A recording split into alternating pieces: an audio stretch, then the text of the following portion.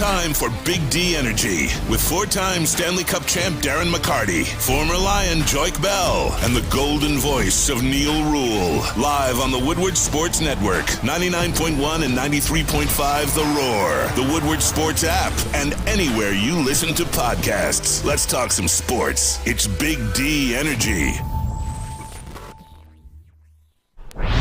What is going on, everybody? Welcome back to another episode of Big D Energy right here on the Woodward Sports Network. My name is Neil Rule, running with me for the next couple days, the foreseeable near future, if you will. He is Uncle T. Foss, so Terry just Foster. Me and you for 2 days. Absolutely, unbelievable. Man. I'm nervous now. Are you? Well, yeah. I never know what we're going to say when we stand up here on these microphones, that is Terry. true. Or where we're going to go. Or where we're going to go, how it's going to shake out, any of that stuff. I never know how it's all going to go down. I do know, though, that Sam is in the sound booth. We got Sawyer in the production room as well, and we are ready to rock. A big hello to everybody that's watching on our YouTube channel, the Woodward Sports YouTube channel. Remember, you can tap in to that chat thread that's going on.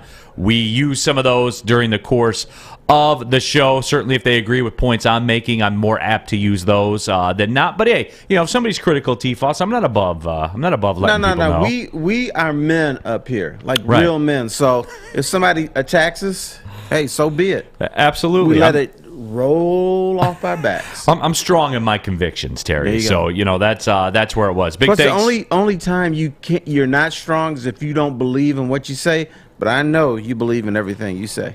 Well, it's not a game. I've always told the people, like, I sit up here, man. I'm not lying to you when I sit up here. I mean, what I'm saying is what I'm thinking. I'm here to put on a show, but I'm not putting on a show, if that makes any sense. I hear you. Yeah, you got me on that. But again, happy to have everybody with us on a Thursday. And look, I'll head this off right at the pass. Story time with Terry tomorrow we'll do. Okay? Cool. Is that fair? That's fair. I think we're going to run it back because it was very.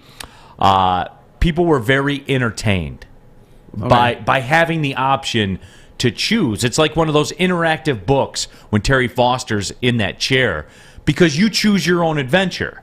And that's what people were able to do. Now, remember last time, you gave everyone the opportunity. There was a Super Bowl sex story. Yes. Or there was the biggest trade that never happened in the history of Detroit sports, and people chose the trade. What was the bigger trade that never happened? Isaiah Thomas and Ralph Sampson, or Steve Eisman to the Ottawa Senators?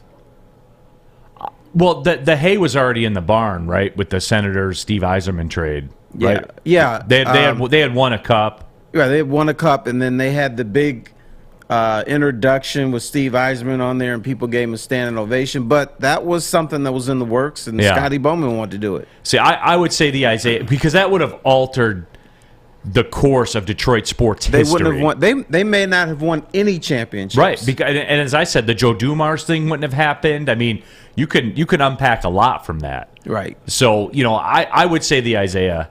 And again, for whatever reason, I know we talked about this before, Isaiah gets shortchanged, I think, not only nationally, but I think to some degree he gets shortchanged in Detroit a little bit. You agree with that or no? In Detroit, no. I think people here love him. But there is a segment, and I think it has to do with the controversies with supposedly with gangsters and money laundering and stuff like that, that some people here look down upon. And then the failures with the G League used to be the CBA and everything and all that stuff. But if you just look at what he did here as a Piston, he won championships for you. And by the way that he handled himself in the position that he was in the NBA, he had to be hated for Detroit to win 2 championships because the Pistons. The bad boy Pistons altered the way history was supposed to go. Like I said before, we're supposed to go from Magic and Bird to the Michael Jordan era. And the Pistons no. Interrupted that for a couple of years. They interrupted that for a couple of years. And our YouTube chat thread, remember, you can tap into that as well. AC says T. Foss and Antonio Brown for the CMU Hall of Fame. Would you go in? Would you be honored to go in with yourself and Antonio Brown? That would be the greatest induction into any college sports Hall of Fame ever. The greatest night of inductions. Yeah, I think he would overshadow me, but I'd be honored to go in with Porky Pig. It wouldn't matter.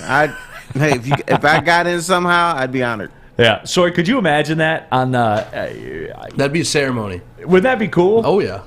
You put in But Terry Foster, the way Antonio it works Brown. is Antonio Brown is going into the Hall of Fame and Terry Foster. Hey, So but you know what I would say? Antonio Brown was never in a 30 for 30, at least not yet.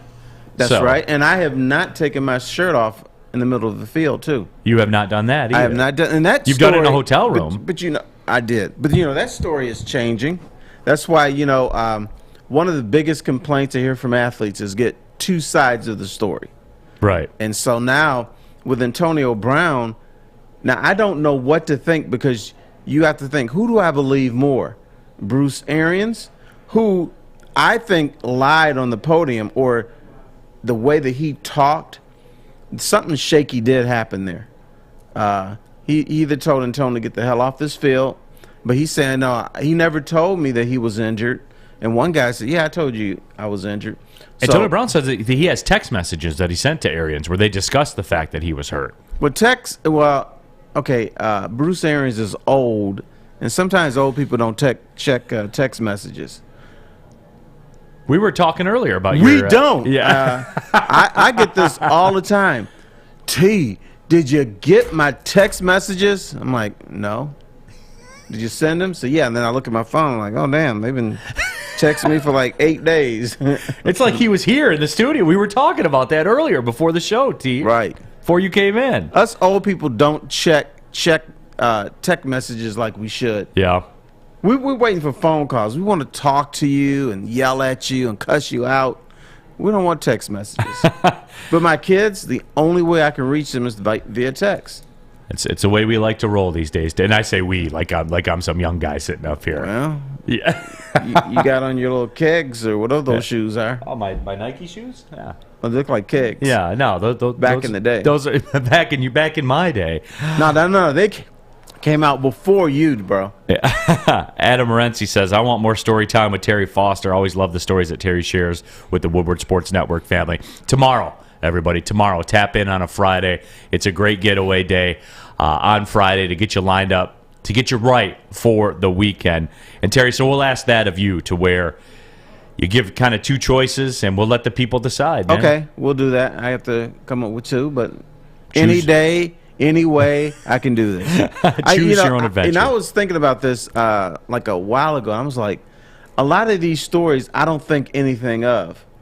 But then I started thinking about it. It's stuff most people will not experience.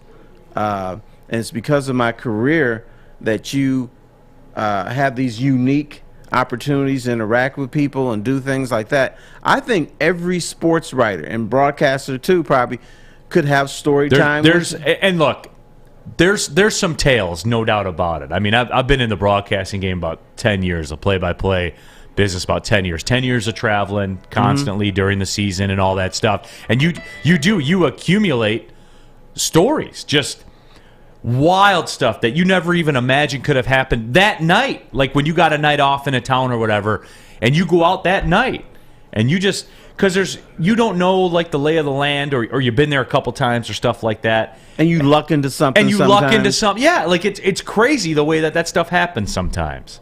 Right, like the time, and this, I'm not telling the story now, but of all places, where the first city I ran into a prostitute while covering the NBA?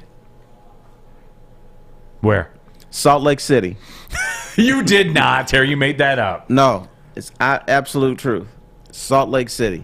And I'm like, and I even told her, what are you doing here? This is Salt Lake City. You're not supposed to, oh, no, it's a little under, we have stuff that's going on in Salt Lake City.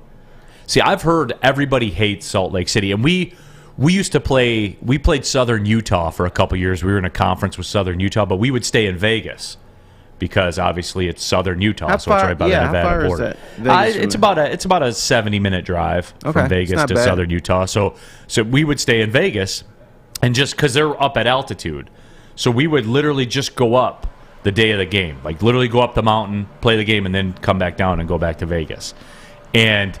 So I never really have been through Salt Lake City. Is it as grim as everybody says it is? Like, is it the worst town in America? If you're a person of the night.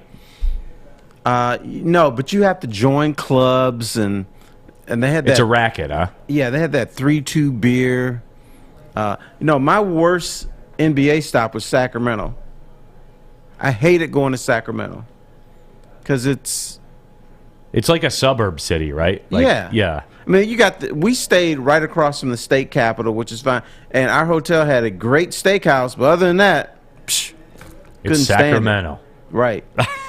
And then people were like, "Oh, you don't understand Sacramento. I'm going to take you to the best restaurant in town." And you go there and like, "Oh, this food tastes like slop." Lee Key Sr. says, doesn't the position coach know that Antonio Brown is injured? And I don't know. We're still gathering the details to everything that goes on. There is more to this, so Tifa, you think that's fair to say? Yeah, there's way more to this because one of the and not just with Antonio Brown, but one of the gripes, especially in the NBA, is that coaches would try to just push these players out. Play. I really don't care if your ankle is twisted or broken. We got a game to win. Now, what happens is when us journalists ask the question, the coach either goes, "I don't know anything about an injury," or "No, I didn't know the guy was injured," and the player's like, "Damn, I can barely walk." So there's always been this, and in fact, a lot of NFL players don't trust team doctors. You'll notice sometimes if somebody has a knee surgery or something, I would say like 30% of the time, they get their own physician to do the operation because they don't trust NBA teams. They don't trust their coach. They put that in the CBA. That's a part of the process where the team has their say, but the player's entitled to go to their own medical people and get their own say. Right. So that's all bargained for and everything. That's like a big sticking point. Right. A lot of the time. So there's mistrust, and we get lied to, or it's not real a lie. But when someone asks Bruce Arians a question, football questions, let's talk about the game and stuff. In other words, I don't want to answer that question. Yeah, I probably screwed up, but I'm not going to admit it. I'm not going to lie.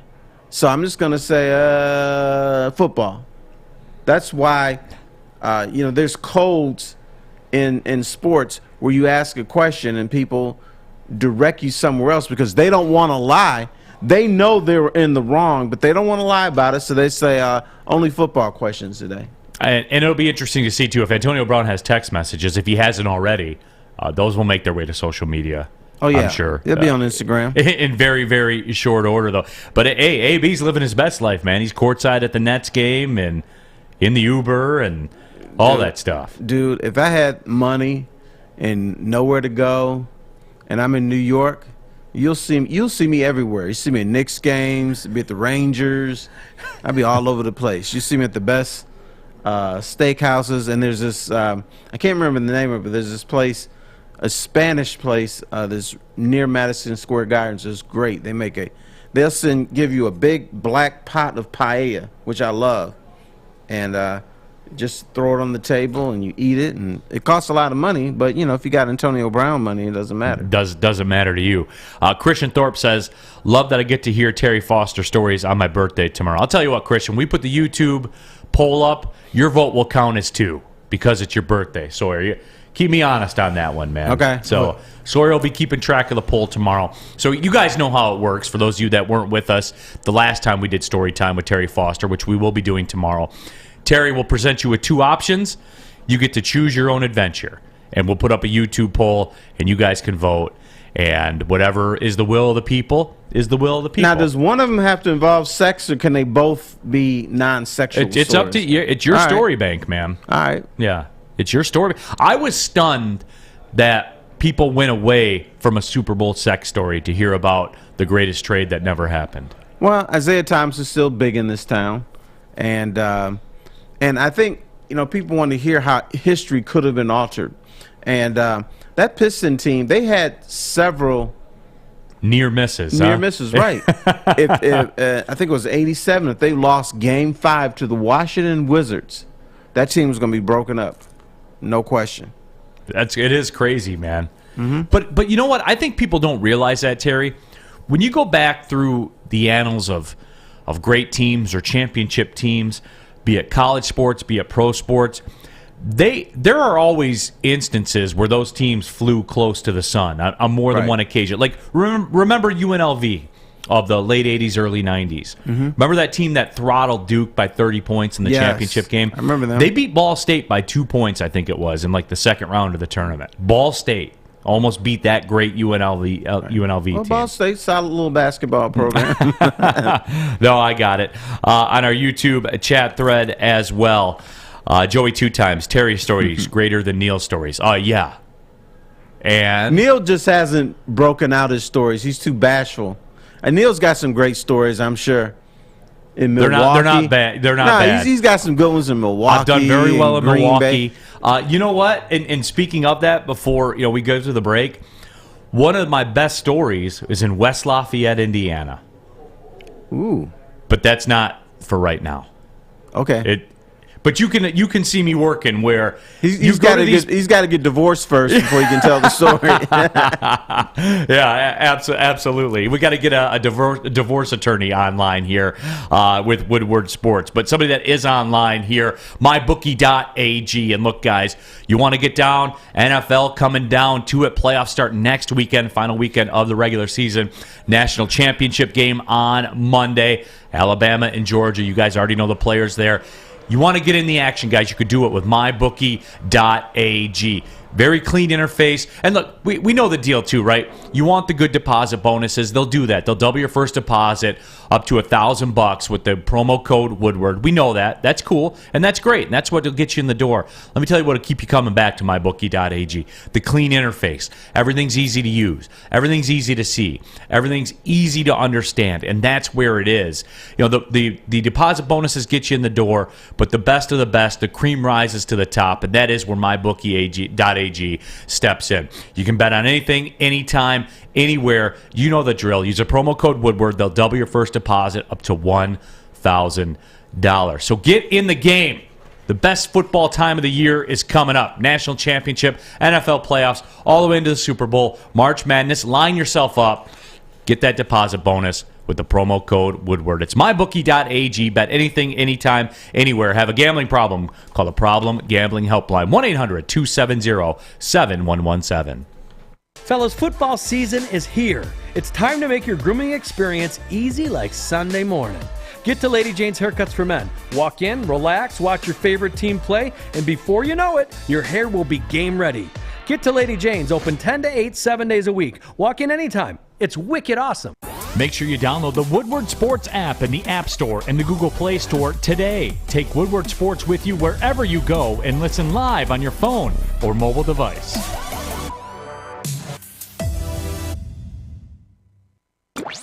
Your Detroit alternative to the normal sports blah, blah, blah. It's Woodward Sports.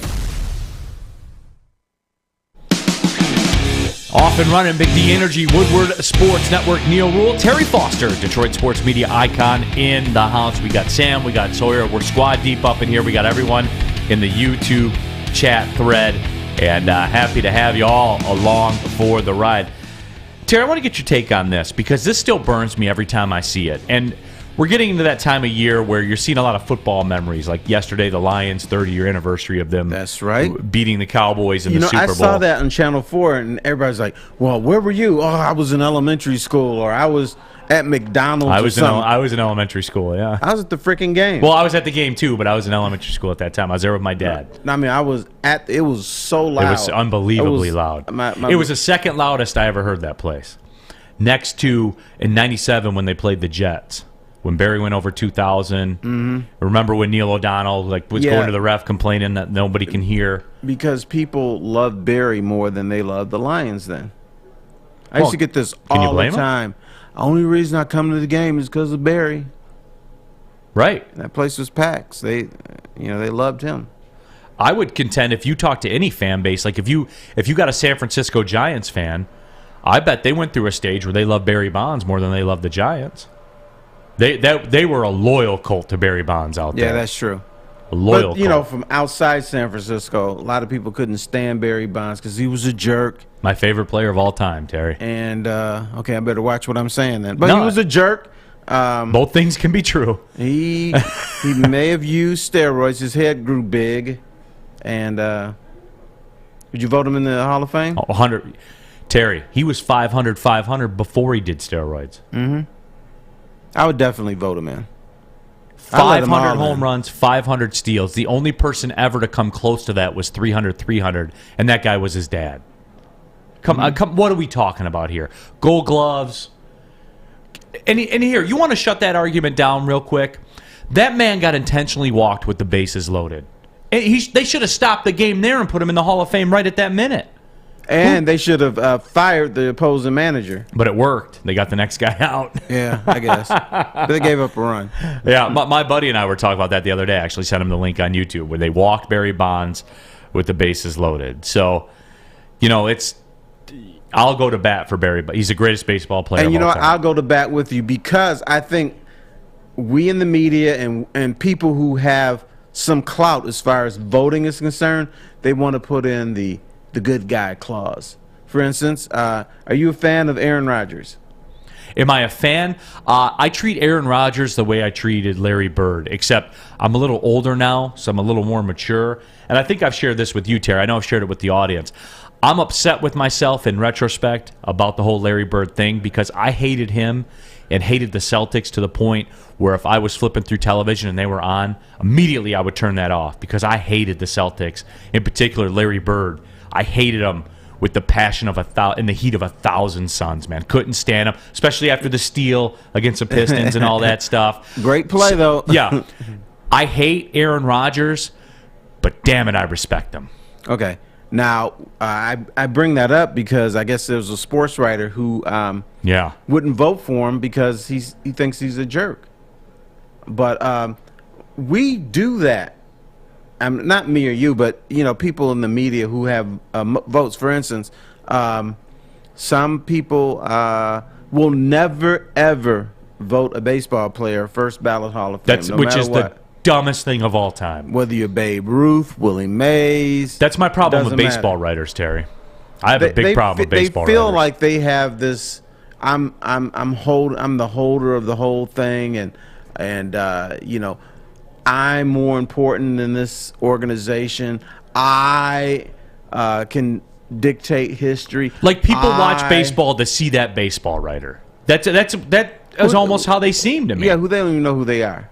But these guys get together with their little cheap-ass jackets and cigars and talk crap and about how important they are and about how the game is always bad to them, but they love the game. Right. It's bad today, but it was great in 1950 and 1960, and I can't stand these guys. Yeah. Machiavelli sucks to go says Bird was really smart. Rodgers is really smart too. And yeah, that is the case. They're both great.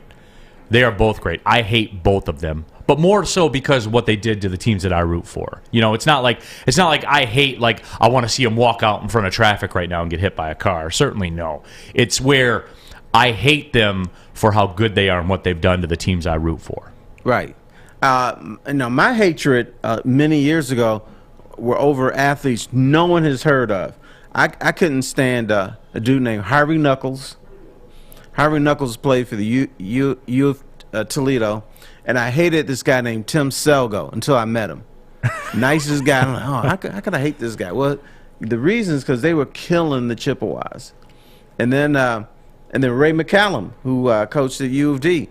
I couldn't stand him either, man. He was like, I don't know, he's grown as a coach. He was like 2 feet tall, killing Central. Yeah. With his jump shot and stealing balls and everything. And then I can't stand him. And then I met the guy and I'm like, oh, I kind of like him now. Oh, that's all right. Greg Campy got revenge on you too when he was coach at Detroit. Oh, really? Yeah. Okay. Yeah, I know. Because as Stick can attest to, because Stick's a Detroit Mercy graduate. Oh, is there a rivalry between Oakland? Yeah, Stick can attest to that. Oakland's been putting in that work against him.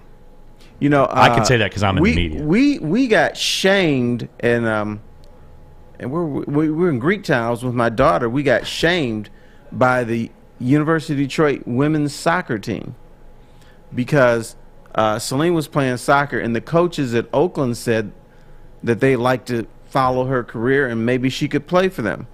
So I was just telling them, yeah, my daughter plays, and Oakland reached out to them. They're like, oh God, that school sucks. She, Yeah. And then they got all nasty.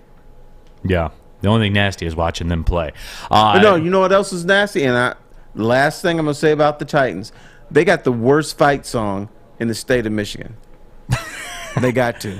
That was Terry Foster that said that, not me, Stick, okay? Two-track Jack. How many writers are just former wannabe athletes who never had any ability? A lot of them. Yes. A lot of them are, because if they had ability, they'd be athletes. Right. And let me tell you some of the conversations you have with these writers. They get mad when an athlete makes too much money. They get mad when they leave a team for free agency. I'm pissed off, mad. Not just, this is not good. This is like, damn, what the hell is going on? So there's a lot of jealousy in our profession. Yeah. No, there is. And it's usually by the guys that are not that good. Like the ones that you kind of respect and say, oh, this guy, he's got his stuff together. They don't care. They're like, I'm just here to record history, not root for history. Yeah, I'm not a fan of the baseball writers in particular. I just don't have a lot of time for those guys. And this guy, too, with his, I forget the dude's name, but he's coming out and he said publicly, I'm not voting for Aaron Rodgers because he's a jerk. Said that. He's not going to vote for him for MVP. Right. There's only 50 voters that vote for the NFL MVP. He's one of them and said, I'm not voting for Aaron Rodgers because he's a jerk. See, no one cares what you think, bro. No one cares what you think. Except on the field. Right. How do you evaluate him on the field? But this guy, and what's this guy's name? So you know what the guy's name is? I don't know. I'll look him up. Yeah. Dude, no one cares what your value system is, bro. Like, they don't. The vote should be taken, because he said that publicly, the vote should be taken away and reassigned to somebody else. Right. He's got some goofy nickname, too. Was it Muck or Smash or something? What? It's Muck. Is it Muck? Yeah. Hub Arkush. Hub Arkush, yeah. And who's he a writer for again? I think somewhere in Chicago, I believe. I bet you it's one of those little scrub papers, because they got a bunch of little papers. I bet you he's with the... Listen to this. American football sportscaster and analyst. He's the editor and general manager of Chicago Football and ChicagoFootball.com, a magazine and website devoted to the coverage and analysis of all things football in Northern Illinois, particularly in Chicago. How does this guy have a vote? I knew it was scrub. How does this guy have a vote for the NFL MVP? How? No idea. See, and this is my other... You know what? You want to go down this road? Yeah, this is my other thing, too.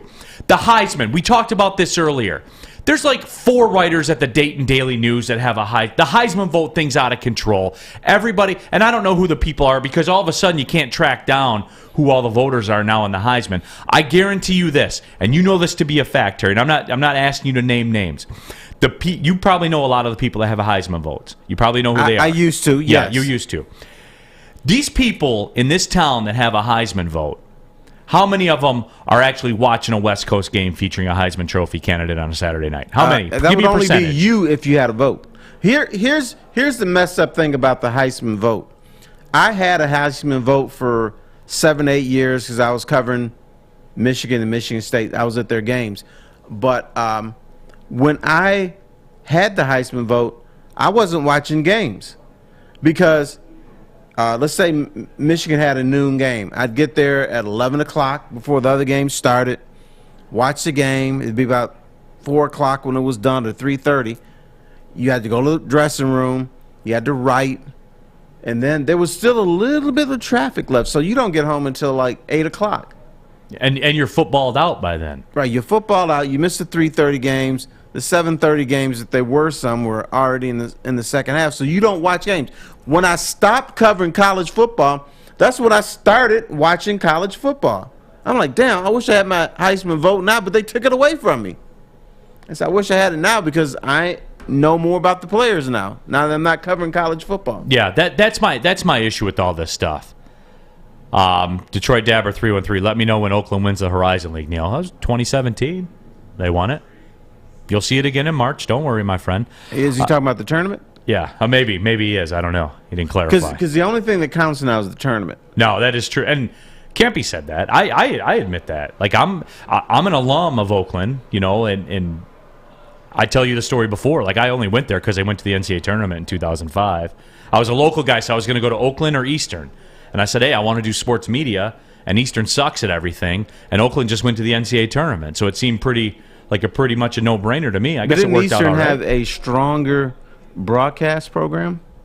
This is going to sound pretty whack. I didn't care about that. Oh, okay, all right. People care about when you cover a winner. All right. People pay attention when the team wins. Because you knew you were going to. If you just need a little guidance, you could make it. Well, it was that, and like they played, every non-conference they're playing Memphis and UCLA and Michigan State and Michigan and all that stuff too. That's big time, man. I wanted to be around that. It is, and it worked out well for me. And Eastern is playing St. Francis. Yeah, they're buying games. Absolutely. Which is You know what's another club. place that worked out well for somebody? When Sawyer went to the Folding Warehouse. That worked out pretty well for you, didn't it, Sawyer? That worked out great for me. Why is that? Well, they got 2 full bars, all the drinks you can get. They got the mystery beer machine. Over Christmas time, it was $2 for a naughty one or $4 for a nice mystery beer. So I got myself a PBR and an Old Milwaukee. 2 big winners right there. You can't go wrong either time. I highly recommend it. They have 2 ways to play. You can show up, do open play, pay $10, play as long as you want, or you can do a private lane reservation. So you just got to call or go online and reserve the lane for your party. You can do family events, corporate events, just get a group of friends to go there. I had some fraternity brothers who we would go down to the one in Indianapolis where the game was created, but the originator and owner is at the one in Hamtramck. He wanders around, meets everybody, teaches you how to play. Great guy, highly recommend it. Everybody there is super nice, and they just make it feel like you're just hanging out on a Saturday outside with the boys, watching some football, drinking some beer. So it's a great time. Go to thefoldingwarehouse.com or go to Hamtramck and just go to the Folding Warehouse. And this is Big D Energy right here on the Woodward Sports Network. We'll be right back. Okay, you thirsty little spin goblins. I want you to pedal into the next dimension. Spin it! Spin! Spin! Uh-oh! Carmen's falling behind. Let's give her the hiss of shame. Spin! Spin! Spin till you bleed! Don't ride the bike of shame.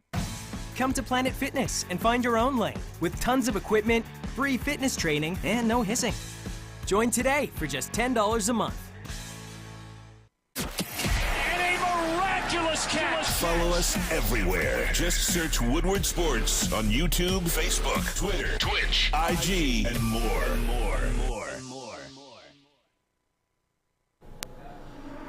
Back at it, Big D Energy, Woodward Sports Network, Neil Rule, T. Foss, Terry Foster in the house as well. We'll get some story time with Terry Foster tomorrow, so make sure you tune back in for that. But we are off and running here, and that kind of spun off on us right there because I was bitter about the fact that this Hub Arkush guy said that he's not going to vote for Aaron Rodgers because he's, quote, a jerk, so he's not going to vote for him for MVP. And for me, it's one of those things where, and somebody earlier in our YouTube chat thread said it's the most valuable player, not the most valuable person. So even if you think a person's a jerk, that's got no place in any of this, man. No one cares about your agenda or your thoughts. Vote for the best guy on the field. Because your jerk might be another person's hero. Sure, absolutely, man. So, it's one of those things where if you have people, and that's where I almost hate the fact that you have so many media people voting for it because they have agendas. They're people. That is true. Some do, but a whole lot do not have agendas. A whole lot, research and try to look into things. But then I admit that some people just want to be different. I want my vote to count. I don't really believe in my vote, but I'm going to vote this anyway. But here's what the NBA will do to you. For instance, there was, I think it was Akeem Olajuwon or somebody was MVP. It may have been a Shaquille O'Neal. And it was not anonymous or unanimous. So they called the one writer who didn't vote for Shaq for MVP and said, could you change your vote? And then 3 days later, they announced, yep, everybody voted for Shaq. But they actually didn't. And there you have that. Exactly. And I wasn't that writer, by the way, in case somebody's asking. That wasn't you that time? That was not me.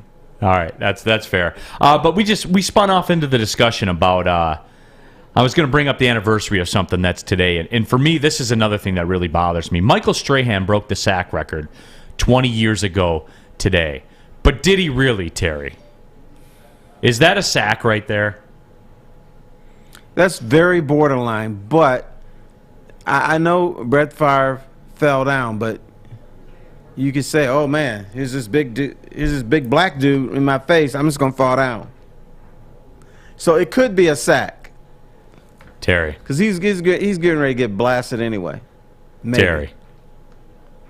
But the fact, here's the fact. They had talked about it before the game, so it's not a sack. That's my point. Like, that was all predetermined, man. Yes. But then, if you want to talk about agendas, I guess I should come clean. Brett Favre, to me, is one of the most overrated players in the history of football. Gunslinger, brother. Yeah. Oh, yeah. That's the terminology we use, right? When we want to fit that Brett Favre narrative. Threw for a lot of touchdowns, threw for a lot of interceptions. That record, we've discussed this before, that record will never be broken. Not even Baker Mayfield can break that record. Baker Mayfield's still like 250 interceptions away.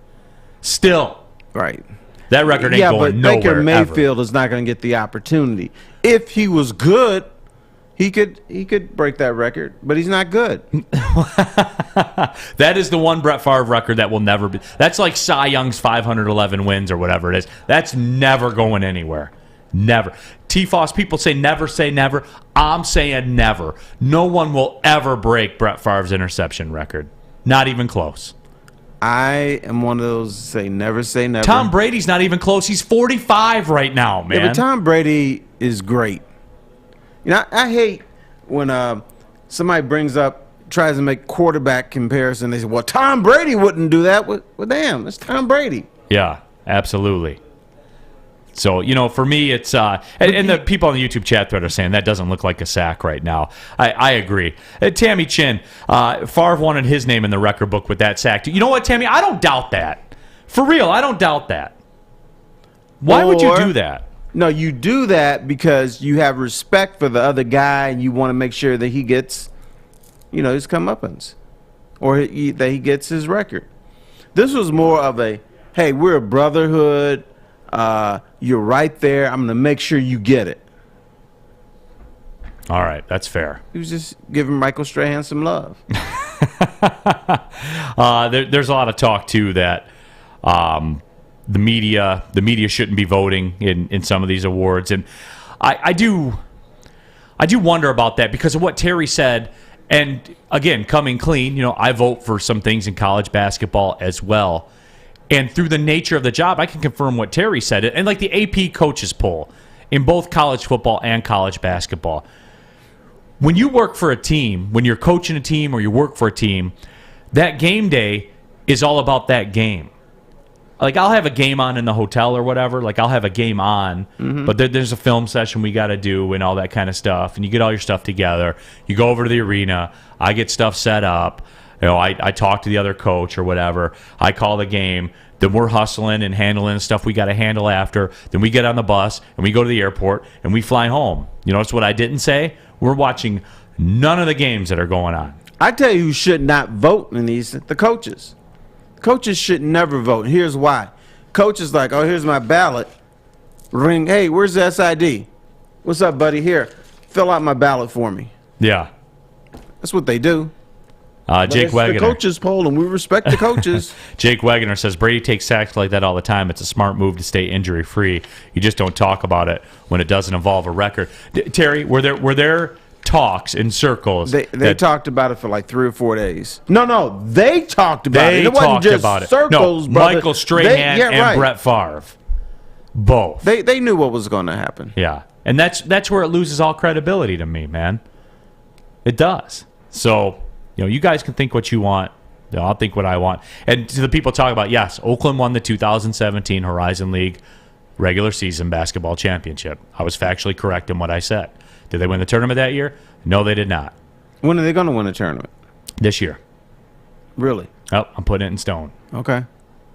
Jamal Cain is one of the best college basketball players in the state of Michigan. If not, you know what Oakland's nickname is, don't you? Yes.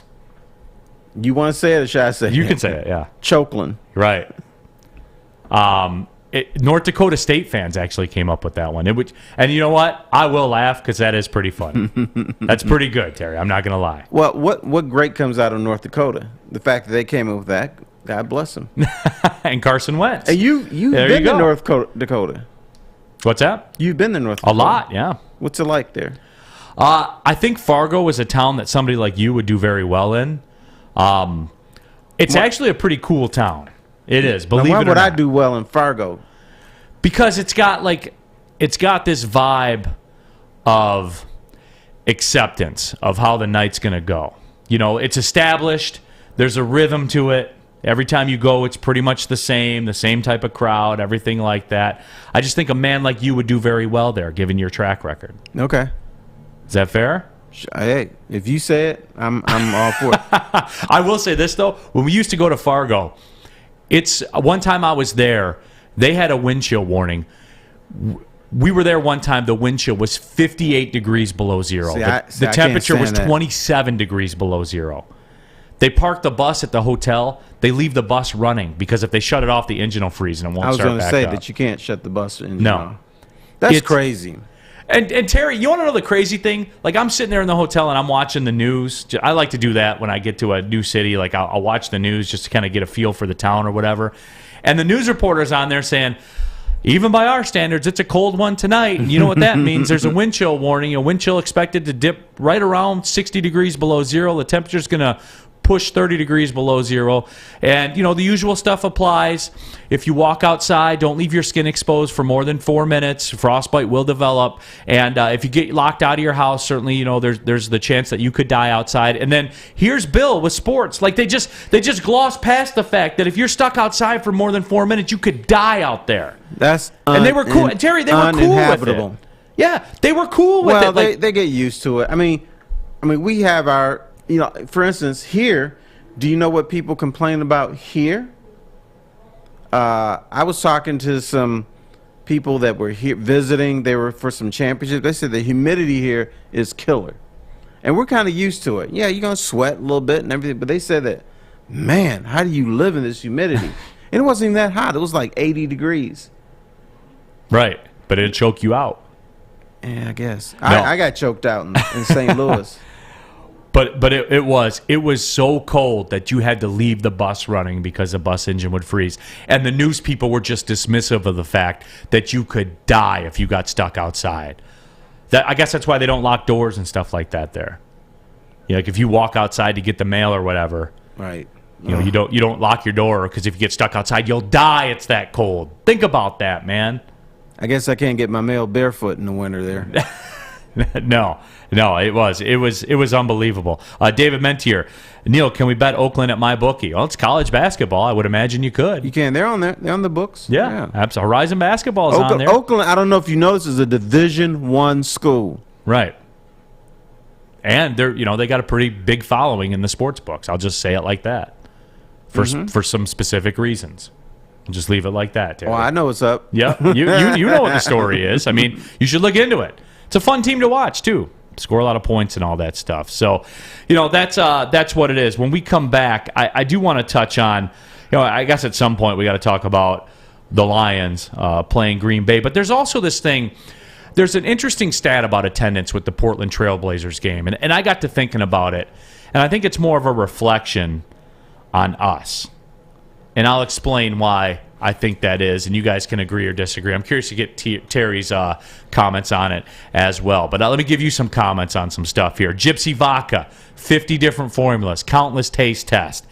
Produce the best tasting, smoothest vodka on the market. Look, it's local, based out of Petoskey, local guys in Michigan. They own the company. They're kicking out Gypsy Vodka. They got the cool bottles. I just got a new one right here. Now, I told you guys, New Year's Eve, I pulled up on my local grocery store and snagged the last bottle off the shelf. And then when I got here today, look, there's a brand new bottle, Terry. That must be brand new because it actually has vodka in it. These savages around here, man, they pilfer these bottles. They do, and with good reason. Because it tastes good, and that's the bottom line. I can give you all the stuff, corn distilled 6 times, artesian spring water, all that kind of jazz. Here's all you need to know, guys.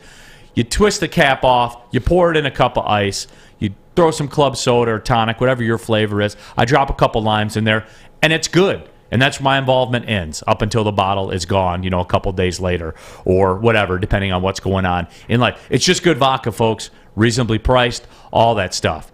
You keep hearing me talk about it. I'm just telling you what I'm living. When I drink it, I like it. If you like vodka, give it a spin. Just try it once, guys. That's all I'm asking you to do. It's Gypsy Vodka. Support local guys from the state of Michigan. Try a bottle today. Ask for it by name. Gypsy Vodka. As always, drink responsibly. 6 dark corners, a driveway and a patio, 5 windows that could become doors. Every house has unique security challenges. Guardian Alarm has more tech, more team, and more ways to help keep them all safe. Get a professionally designed and installed security and smart home system from Guardian Alarm. Sign up today and get a free video device. Guardian Alarm. Smart, right from the start. Call 1-800-STAY-OUT. Woodward Sports. This part of the show today? Watch again on YouTube or download the podcast anywhere you listen to podcasts. Back at it, Big D Energy, Woodward Sports Network. Neil Rule, Terry Foster here in the house. Happy to have y'all along with us today. Matt Carey in our YouTube chat thread. Neil with the fresh bottle. That's right, I do got a fresh bottle. I got one that I'll be taking home today as well. You don't want to see this bottle like at 7 o'clock tonight, though. Well, we'll see. We'll see like how that all shakes out. A little spittle of vodka in it. Yeah, absolutely. 9 Drink says, can you order Gypsy Vodka online? I don't think you can ship liquor in Michigan. You cannot. Yeah, I ran into that. We went to New England on vacation, and we were in Maine, and they made this lobster claw red ale that was the best red ale I ever had. And I looked up the brewery online, and I was going to order like 2 cases of it and send it here. And she's like, "Oh, I'm sorry, we can't ship to Michigan." So I looked into that. That's absurd, man. Like, come on. I was going to say that's a dumb rule. What are they trying to? I mean, why? What are they trying to protect?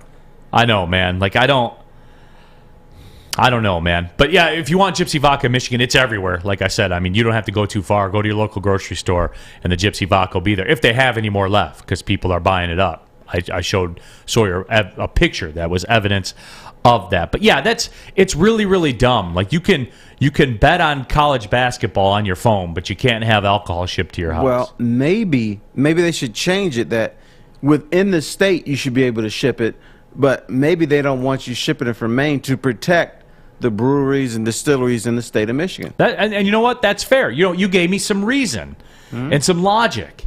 And I'm here for it. And I can listen and make a decision and be like, that makes sense. But, yeah, you should be able to do it with Michigan companies at least. Right, because we're not going to Petoskey anytime soon.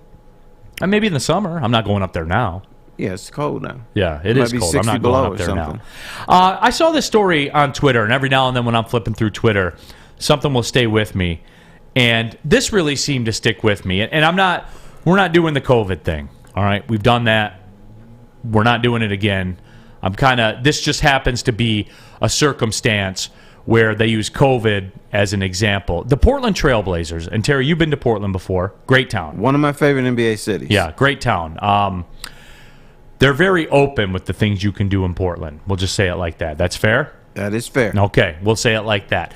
They love the Portland Trailblazers. And Terry, you see this in towns that only have one it's pro like sports a high team. school team. Yeah, absolutely. They love the Portland Trailblazers. In fact, they embrace that team too tightly. It's dangerous. Yeah, but they do. And their fans show out all the time. And I sent this tweet over to Sawyer, and he'll pull it up on the screen right now on our YouTube chat thread. The Portland Trailblazers were 5th in attendance the last non-pandemic NBA season, but they're 18th now. Their problems extend beyond vaccine mandates and Omicron spikes, however. The demoralizing nature of this year's losses have started to wear on some fans. And Terry, I'm taking the COVID stuff, like I said, and setting that to the side. Could that be a factor? Certainly could be a factor. I don't think it's a factor in going from 5th in the league in attendance when Portland's not really a threat to win an NBA title. They haven't been. I'm not crawling on some crazy limb. They're one of those teams that likes to win their little 50 games when they're good and have Damian Lillard and all the other stars, but they're not serious about winning a championship. Right. So they're not, and they're not a threat to win it. But more than that, it got me to thinking, because this is a suspicion I've had for a very long time. And I think this plays a part in why we're seeing attendance for sports decline. This is just a part. I know that there's the TV angle and the high definition, big screen, in-home theater experience, which I'm very much a proponent of. I do enjoy it a lot. So I get that. However, Terry, I think this is more a referendum on us together, all of us, the way that our society, and I'm a participant in it, so I'm not pointing the finger at every other person. I'm not a writer that has a vote for the NFL MVP. I'm not going to project on everyone. But for me, it has to do with the fact that we don't go to the games because the teams don't win. And we're big on social media and posting when we're at the game and all that kind of stuff. We're big into all that. So, we don't want to be looked down upon. We don't want to support losers.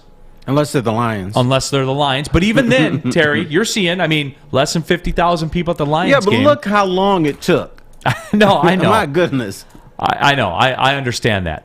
But for me, I think this is part of, it looks bad on us if we support a team that loses, through our social media, through our lives and everything like that. We're almost less than if we support teams that lose. Do you buy that at all? No. The social mediaization of our culture. Look, in everyday society, and I understand, I love philosophy in sports. Sports is not real. But if a restaurant is passing out bad food, guess what? You don't go there. If somebody's opening up a play that's terrible, you don't go. So the thing that annoys me is you should always support your local team. Well, if the local team is bad, putting out a bad product, I don't blame you for staying home. You should stay home and to send a message that this is not acceptable. Which is fair, and I get that. Detroit Dabber 313 says Oregon's not exactly chock full of pro sports teams to cheer for. And that's my point about it. And they own that. The Trailblazers are a unique example in terms of supporting a team when they're good, supporting the team when they're not good. And the Trailblazers, I think, T. Foss, have always pretty much been that. 50-win team, right? 6 seed in the Western Conference. Maybe they win the first round in 7 games over Denver. Maybe they don't, and maybe they lose that. It's always pretty much been the same since they won a title. Right, and then with they Bill get Walton. excited if they lose to the Lakers in 6 games. Right. They're like, damn, look what we almost did.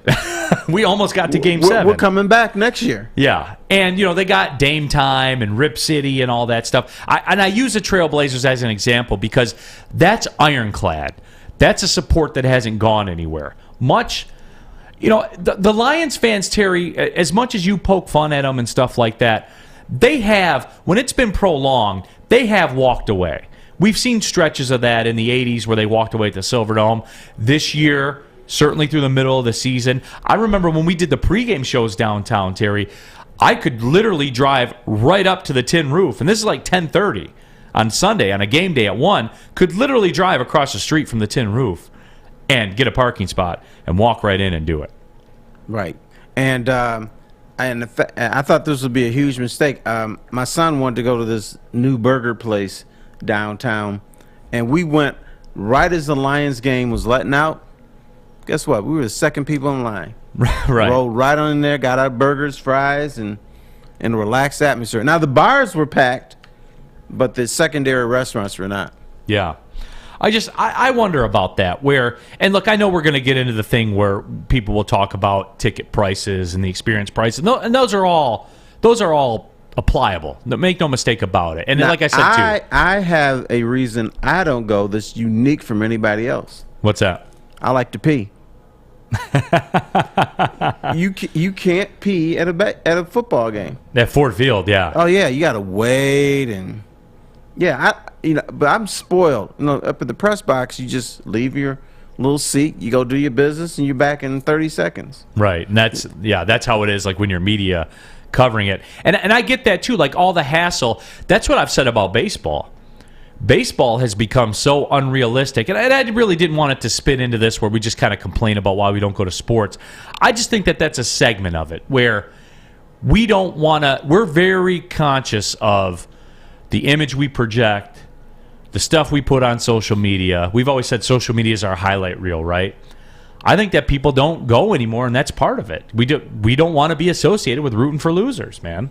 I think it's way deeper than that. I think it's a part of it, Terry. I'm not saying it's that. So you're a young dude. You tell me. Is that am I onto something there? Or no, am that's I so crazy? far down the list.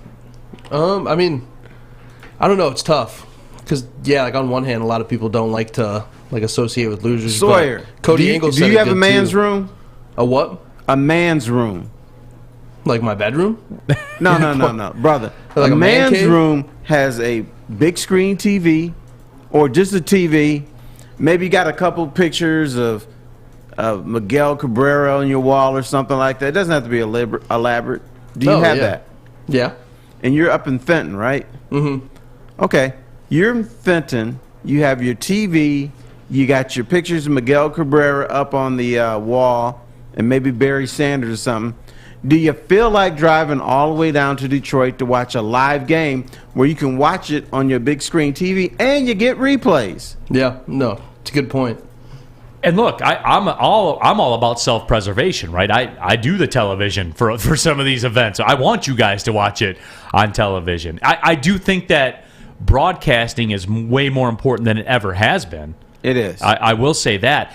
And what I laugh about is some of these sports organizations, the resources they put into ticket sales is almost laughable at times, because the money you can get from an advertiser for broadcasting is A, easier to get, and B, can be much larger in certain instances. Right, absolutely.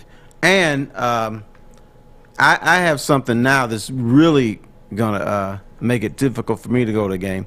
I bought this big ass beanbag chair, and it goes from here to over there. It's a beanbag couch. And once you get to this thing, it's like, I'm not letting you go. You put a blanket on there, you turn on the TV, and it's like, I'm not going anywhere. And that's fair. I got a message here from Anthony that says, in Fargo, today, it's going to be 30 below for the temperature. The temperature. That's nuts. It's absurd, man. Because I walk outside. I was walking in here today, and I was like, man. Today wasn't that cold. It was cold, but it wasn't ridiculous. Yeah. It didn't burn your face. This. Right. I guess. But Robert Closia says hockey's 100 times better in person, though. No, it is, and that's fair. I agree with that.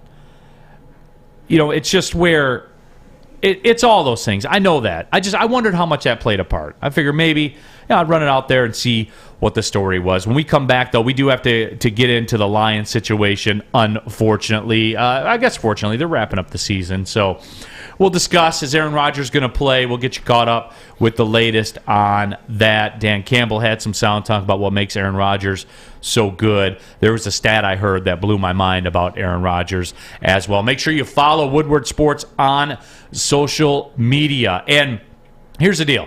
Instagram, Twitter, TikTok, YouTube, Facebook, Twitch, all that stuff. You know that. What made me laugh, and sorry, you'll appreciate this, man. What made me laugh is my wife never watches me on TV, never listens on the radio, doesn't care at all. Just doesn't care at all. Say, oh, I'm busy, raising kids. When you your honey bun. Yeah, when you coming home. I'm busy raising the kids. When you coming home? The only way she interacts, that she sees the show, is through the reels and the clips we put on Instagram. Mm. So if it can reach her, then we're reaching everybody. And if you're not following Woodward Sports on social media, you need to be doing it now. For Christ's sake, even my wife is keeping up to date with what's going on with Woodward Sports, which is an amazing accomplishment in and of itself. Make sure you download the podcast as well. Go to the iTunes and the Google Play Store and subscribe to the Big D Energy Podcast. Latest episode goes right to your phone. You can listen on the radio too, 93.5 The Roar, 94.7 HD2, and 99.1 FM. It's Big D Energy right here on the Woodward Sports Network. Hi, I'm Kay Cunningham. I'm proud to partner with Hall Financial, the mortgage company known for 5-star service. Don't just take my word for it. Check out their 5,000 5-star reviews for yourself. Go to callhallfirst.com and get started with your 5-star experience today. Make sure you download the Woodward Sports app in the App Store and the Google Play Store today. Take Woodward Sports with you wherever you go and listen live on your phone or mobile device.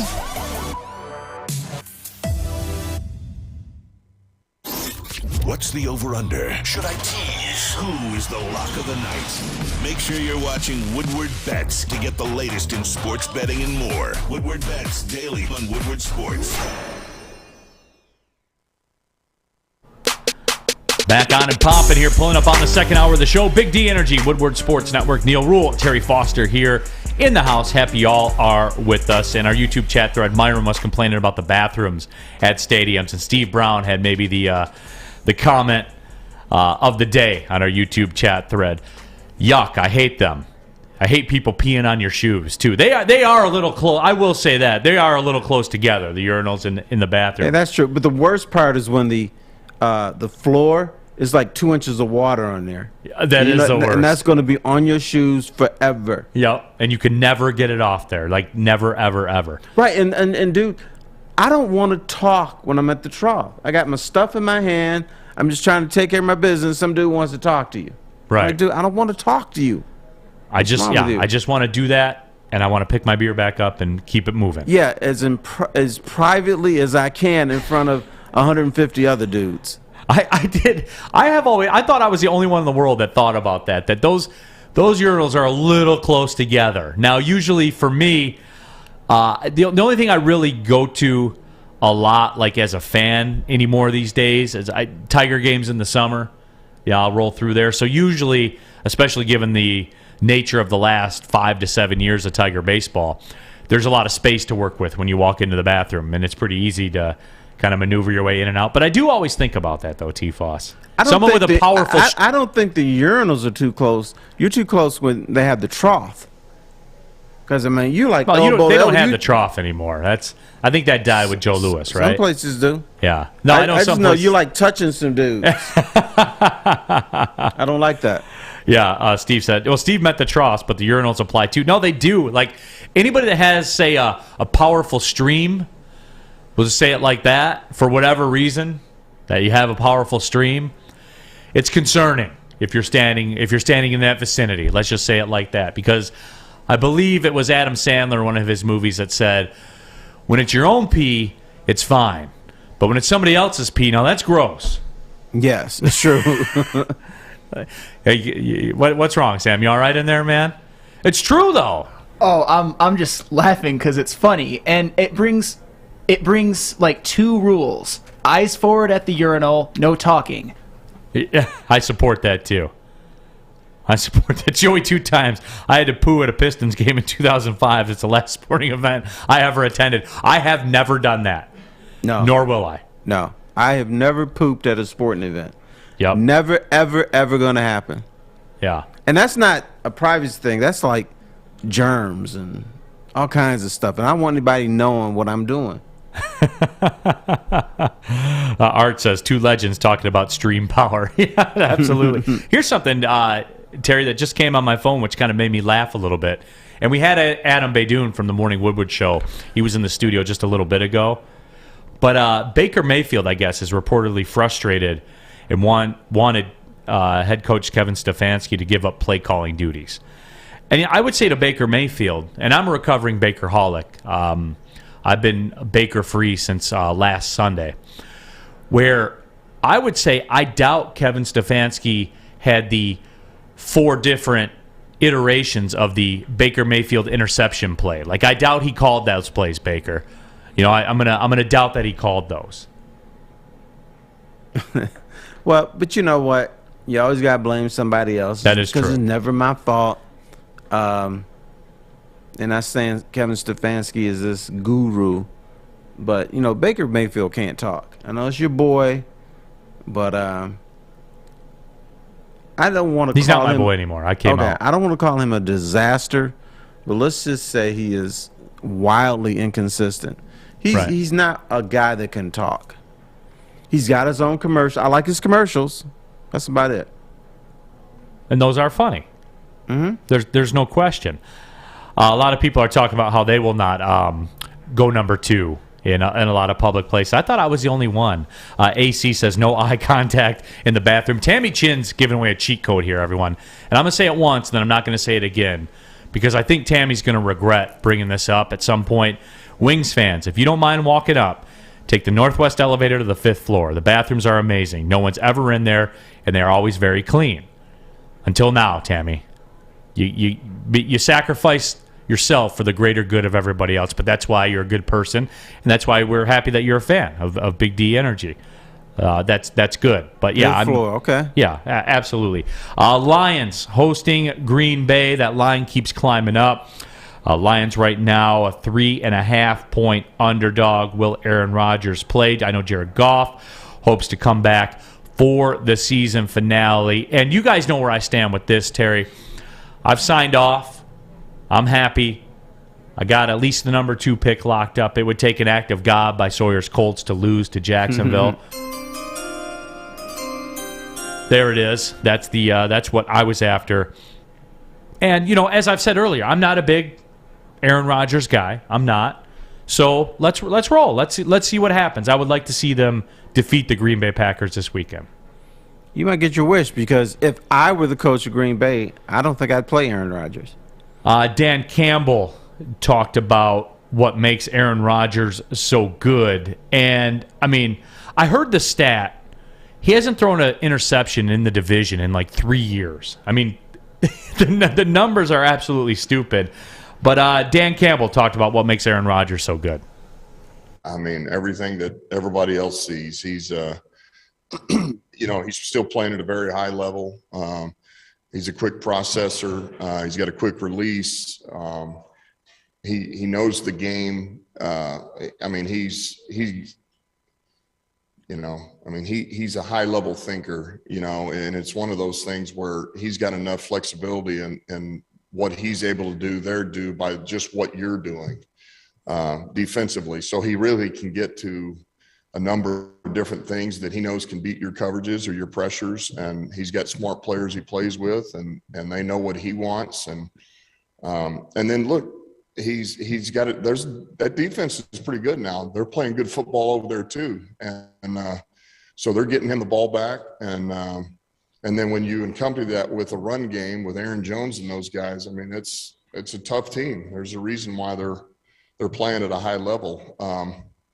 But he hasn't slowed down. I know that, and he's as dangerous as he's ever been. And really the only thing you do is if you get a small opportunity to make a play, you got to make a play. You got to make it count, because they're not going to come around often. And that was Dan Campbell talking about Aaron Rodgers. Look, we know, he's not saying anything earth-shattering there. We know the story with Aaron Rodgers. But, Terry, you brought something up where if you're the Packers, Aaron Rodgers isn't playing in that game as far as you're concerned. And, Terry, I would say this. If I'm the Packers, I'm putting them out there for at least a half, because they have the 1 seed locked up. You'd be talking about not playing for 3 weeks, Terry. Yeah, I forgot about it, because they're not going to play in the first week. So maybe I'll rethink that. Yeah. I wouldn't play him much. How about that? Right. Myron Kidd says, what makes Rodgers so good, same as Brady, gets rid of the ball so fast and doesn't hold on to it to get sacked. But you know what else he has? He has great vision and anticipation. I've seen some passes where he throws the ball. I'm like, nobody is open. And when the ball gets there, there's that little bloop, bloop. The guy is open for that split second. He catches it. First down. It's like, what did he see? Right. You think the Lions can win this game? I think they will. See, this is the game. You game. think Jared Goff has to play for them to win? No, he doesn't. I think so. If no Aaron Rodgers and the rest of the team is going to be like la-di-da-di-da, they could win that game. I don't know, man. It's just if it's Tim Boyle and not Jared Goff, I think that they've proven. I think Tim Boyle, much like David Blau, has proven you can't. Well, normally you would say that, but sometimes teams come here and don't want to be here, and that might be the case with Green Bay. So I think that's why the Lions have a shot. Yeah, Jake Wegener says, and this is, I think, something that's very underrated about Aaron Rodgers. Rodgers is great at extending plays. He's probably the best I've seen at getting outside the pocket and drawing a play out until something opens up. And I never hear people talk about that, Jake. He is great with his feet. Is he fast? No, but somehow he always gets away. Is he elusive? No, but somehow he rarely gets sacked. And he does that, Terry. Maybe the best I've ever seen, where he stretches the play out. You've seen him run towards the sideline, eyes upfield all the time. And how many times has a defense stopped the play and Aaron Rodgers and the receivers have had to freelance it, and it works almost especially on 3rd and long. This guy has converted more 3rd and 13s. And I know that I'm jaded because I'm a Lions fan, and the Lions have probably given up more 3rd and 13s. How about 3rd and 65? Yeah, whatever. Against the Lions. I know I'm jaded because I'm a Lions fan, and it just seems to happen to us more, I guess. But he's got to be the best in the world at 3rd and 13, ever. Right. And it's always 3rd and 13, 14 yards against the Lions. 3rd and 18, 19 yards against the Lions. Down by 5 with 2 minutes to go. Is there more of a guarantee in life other than death and taxes than Aaron Rodgers converting a 3rd and 16 against the Lions? Well, what's his model? Don't worry. I got this. So it's probably Packer fans freaking out. Why are we going to lose to the Lions today? And Aaron Rodgers is like, don't worry. I got this. Yeah. And you know what's funny is I don't think he's a jerk the way that some people do. Like when he goes into Chicago and he says, I own you, as he's pointing to the crowd, he does own them. It's true, but that's kind of a tacky move, though. See, I'm entertained by that stuff as much as I don't like Rodgers. And again, both things can be true. I can hate him, but I can respect him too for how good he is. I'm not making the same mistake I made with Larry Bird with Aaron Rodgers. Right, still kind of tacky. But it's funny, true. Though. And it's true. It's funny. It's funny. Your boy Larry Bird used to do that. I know. That was before the day and age of social media, though, where they have everything on film. Where he said, "I'm going to give you 50 today." Have you heard the Chuck Person 3-pointer in Chuck Person's face? No. They, I guess they're playing the Indiana Pacers, tight game. Larry Bird takes a fadeaway 3-pointer. Falling out of bounds in Chuck Person's face. Chuck Person is all over him. When he releases the ball, Larry says, "Merry Christmas, Chuck." Hit the shot. Larry Bird was a great trash talker. Mm-hmm. Great trash talker, man. Nobody had more self-confidence than him. I wish he was around I wish he played in the social media era because we'd have so much more sound, with the court microphones and all that. It would have been great. Yeah, I think that would drive Larry crazy, though. No, it probably would. Hey, Lions-Packers, as we've been talking about, the last ride for the Lions. Last ride for the Woodward Sports pre- and post-game show. The pre-game show, you can win front-row tickets to the Lions-Packers game. All you got to do, follow us on Twitter at Woodward Sports for a chance to win. Jose Cuervo, Woodward Sports, will be bringing you the pregame show live from the Tin Roof in Detroit. Braylon Edwards, Ryan Armani, Maz, who's just sauntering in to the Woodward Sports compound here, Jade from WRIF, as that will be simulcast on Woodward Sports and 101.1 WRIF. The postgame show, Stick and Anson. Stick will be rooting for meaningless wins. Stick's probably the kind of guy that will be sitting there, like it'll go final, right? In Jacksonville, and the Jaguars will have stunned the Colts with a last-second field goal. And Sawyer's upset because the Colts are out of the playoffs. But I'm rejoicing. And the Lions will be down 2 with 2 minutes to go. And Stick's the kind of guy that'll be on the postgame show going, "Come on, guys. Come on down here and get this win," like it means anything at all. Oh, no. He'll be sweating even before then. He said, "Come on, we got to get it." Yeah, we got to get this win because this team, quote, needs to learn how to win. That's always his line. We talked about that yesterday with that tomfoolery that he has out there. But hey, tune in anyway on Woodward Sports on the YouTube channel. Maybe you can watch Stick rooting for a Lions win. They'll be live at the Brass Rail, brought to you by Woodward Sports and Jim Beam. DJ, drinks, Woodward Sports VIP section, food and more. That's where it's all gone down every single game this season. One final ride, the Lions pre- and post-game show, live on Woodward Sports. Everything that we've hoped for, finally. He's going deep, right side. Oh, that is Edwards out there. He goes up in the air at the goal line. Hey, it's Braylon Edwards here, wanting to welcome the sports marketing agency to Woodward Sports Network, to the family. Glad to have you guys. For the last decade, the sports marketing agency has literally leveraged athletes around issues such as mental health and substance abuse. Putting on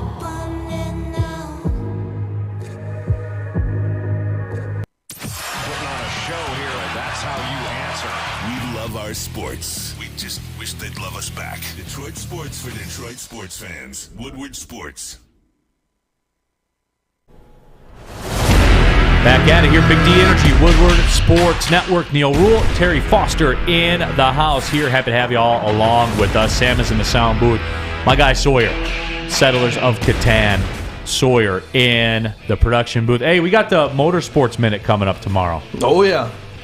There's some spicy news going down. We got the Detroit Lions hometown hero in studio. And by the way, the hometown hero that's coming in tomorrow worked on a nuclear submarine over in the Persian Gulf. That's awesome. Those guys impress me so much. Me too, man. It's crazy. Nuclear submarine. My first question, what makes a submarine nuclear? Nuclear powered? Yeah, nuclear powered. Yeah, I mean, that's... Maybe the warheads. Yeah, that's isn't that crazy, man? Oh, yeah. A nuclear submarine. So we'll talk with the Detroit Lions hometown hero tomorrow. That's been a segment that I've really enjoyed doing all season long. It's been a lot of fun. We've had some great conversation. You guys have been great with interacting with that as well. Harley Awesome says, with the number 2 pick in the draft, the Lions select someone you haven't heard of at a position they don't need. Well, Harley, it's a position they need as long as it's not an offensive lineman. Any other position is maybe a running back, but they're not going to take one number 2. So. No, they'll take a DN. They won't screw this up. Guys, relax out there. No, it's a new day, man. That's right. And remember, the tank, for me, this is the year. We get the draft pick this year. Next year, we break out the scissors, and we cut some dead weight from the cap. Next year, we get the financial position. Halfway home after Sunday. If Quinn Trisha was still here, I would tell a real bad joke now. Who's the best tight end out there? That's who they're going to take at number 2. Yeah, no doubt. So that's how... For me, for my little plan, it's all going according to plan right now. So I'm happy with the way things are. And Sunday, you know what though, Sawyer? Can you have the Colts do me a favor and not screw around? Just get up 14-0. Don't suck me back in. Yeah, I'll call up Frank Reich. All right, get the record straight. Hey, can you have your boy Carson Wentz throw for more than 40 yards this week? Let's pray. Guys, relax. They'll take care of business. All right, I hope so, man, because I don't want to get caught up in it. Honolulu Blue Sparty. I was all excited to get Hutchinson. Now I'm not sure. I don't disagree with that, man. That Georgia game did some damage, Terry. I think it did damage in the eyes of fans. I think the NFL scouts have always thought that Hutchinson was the number 2 guy, and he'll probably remain there. I think with fans, it shook fans. But are you going to go by one game, or are you going to go by 11 games? I understand that Georgia was the best team they played, but in college football, you can neutralize a rush in. First of all, how many opportunities were there for him to haul off and go after the quarterback? Usually what happens, Georgia will run the ball, get 7 or 8 yards, and then it's 2nd and 3, so they don't know if they're going to run or pass. So you can't haul off and just take care of things. I think he's still going to go high. He's still going to have a good NFL career. So I think he's good. Terry, it's an interesting question that was brought up here by my guy AC, where he and I see some things differently, but we're in lockstep a lot of the time too. And he brings up a question, and this is kind of off the board here, but for me, it's something that when this was talked about a little bit earlier in the season, I was on board with it. And TJ Hawkinson. Yes. Would you be open to trading TJ Hawkinson? I would be. Me too. Because he is going to command a big salary, which he deserves. I think he's a fine player. Not fabulous, but fine. If you can get something on... they need a wide receiver. They need to rush in. They're probably going to get that in the draft. But I wouldn't mind them trading him for draft capital to give you what you want. And you're not going to be amazed by the haul. And here's why I bring it up. Because with Hawkinson, he's got 1 year left on his rookie deal. There's a 5th-year option available on his contract. And then 2024, he's an unrestricted free agent. And I just haven't I haven't seen him survive the season, Terry. You know what I'm saying? I mean, I haven't seen him be able. I've seen flashes, but I haven't seen consistent domination of games. Very good start to the season and just trailed off. Are you into now oblivion. saying that, do you want to trade him? And I say yes, and now you telling me you can't get anything for him? What, Terry? Are you setting me up? Here's the thing, Terry, right. and I would ask this of AC, and I'm curious to get his answer on it.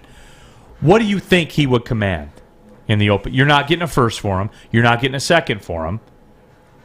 You know what I'm saying? Because other teams, if you're a proponent of trading him, you're obviously a proponent of trading him for a reason. Other teams see those reasons too. But other reasons that you have. teams probably feel that if there's something wrong with him, they can fix it. That he's got potential that they can get out of him that the Lions cannot. I was thinking a third and a fourth for him.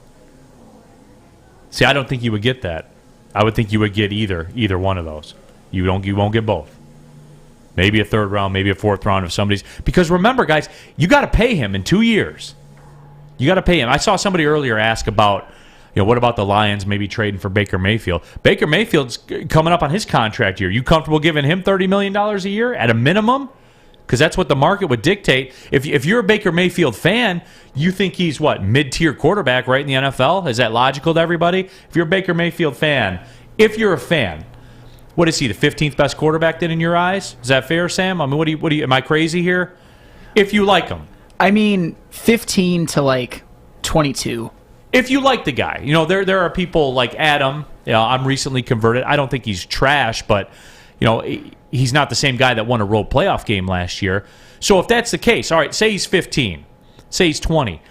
That's a $25 to $30 million a year guy, Terry. Yeah, that's true. And even for getting the money, are you going to trade for him and just open up the competition? Whoever wins between Jared Goff and Baker Mayfield is the quarterback. Yeah. It doesn't make sense to me, especially since you have so many other needs.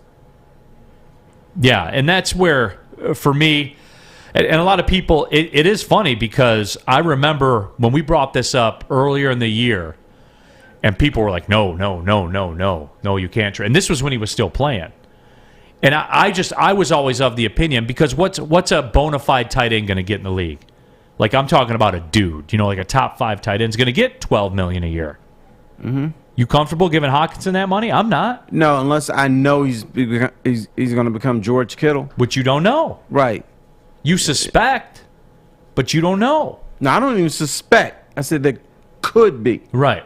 But I'm not going to put him in the suspect thing. So you either, you're getting to that point, and I'm not saying it's now, and I'm not even saying it's this offseason, but it's on the horizon. Like, you can see it. You know what I'm saying? I mean, I always like to use the analogy, we're driving up north on I-75. We're pulling up on the Zilwaukee Bridge. On the other side of that Zilwaukee Bridge, there's a traffic jam, because there has been for the last 30 years. That Peconing area up there, there's always a traffic jam there during the season where you go up north. I just keep it on the radar, everyone. That's all I'm saying. Yeah, what you should do is pull off on that little highway in Saginaw, take Mount Pleasant to I-275, and then go up north. There's no traffic jam, so maybe that's what you do with Hawkinson. Just pull off the freeway. Yeah. So it's just that's on the horizon, folks. We're gonna have to make decisions on these people, and that's the next step in the evolution. Because as I talked about, we'll get the draft picks this year, you get the cap space next year, and then it's decision time, man. Because you can't just go.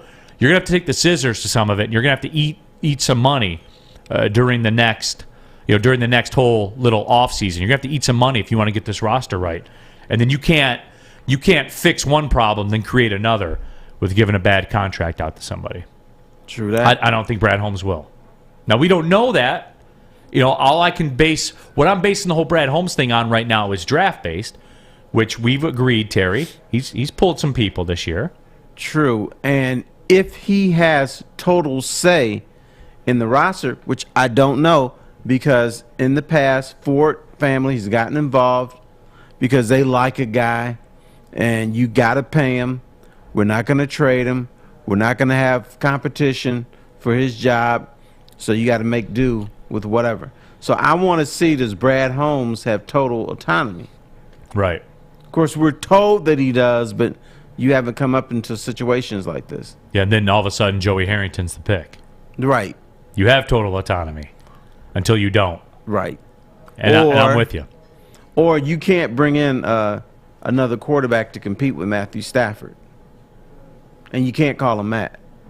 So all those things. Stephen Baffey, I want him to trade down and get Dean around pick 10. I'll trade down with anybody, and I don't care if it's a third-round pick. I would take less than market value, or whatever. Would I slide down 6 spots for an additional third-round pick? Hell yeah. Yeah, you need plenty of young bucks on this team. And, I would not be opposed to trading the number 2 pick or the other pick.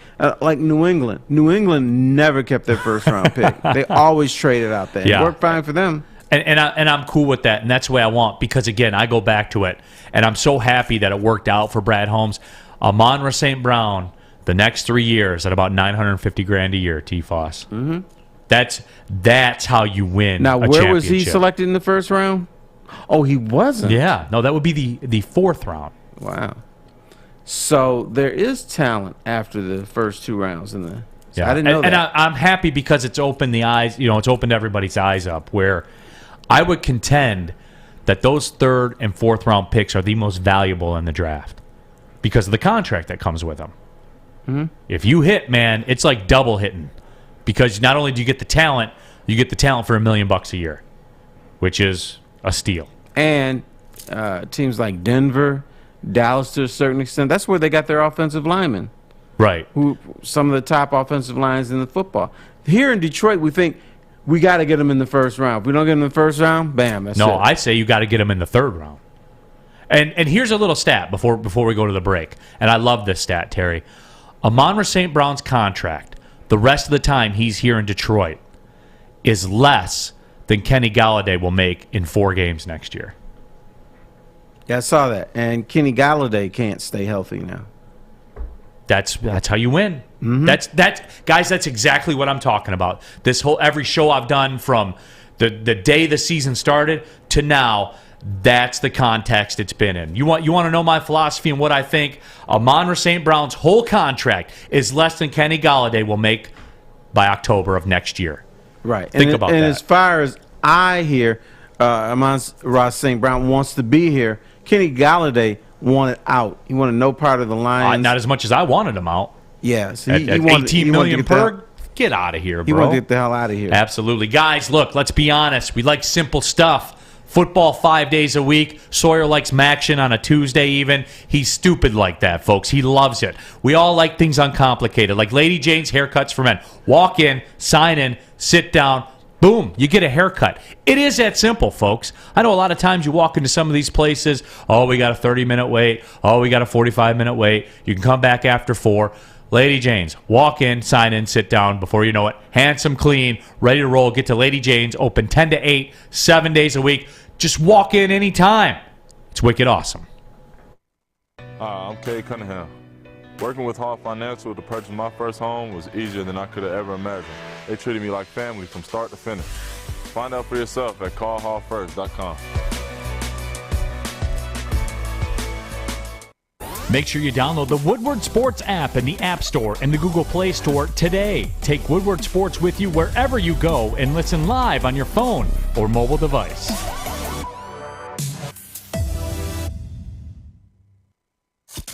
No off-season for us. We're talking sports. 365. Detroit Sports Network. Woodward Sports.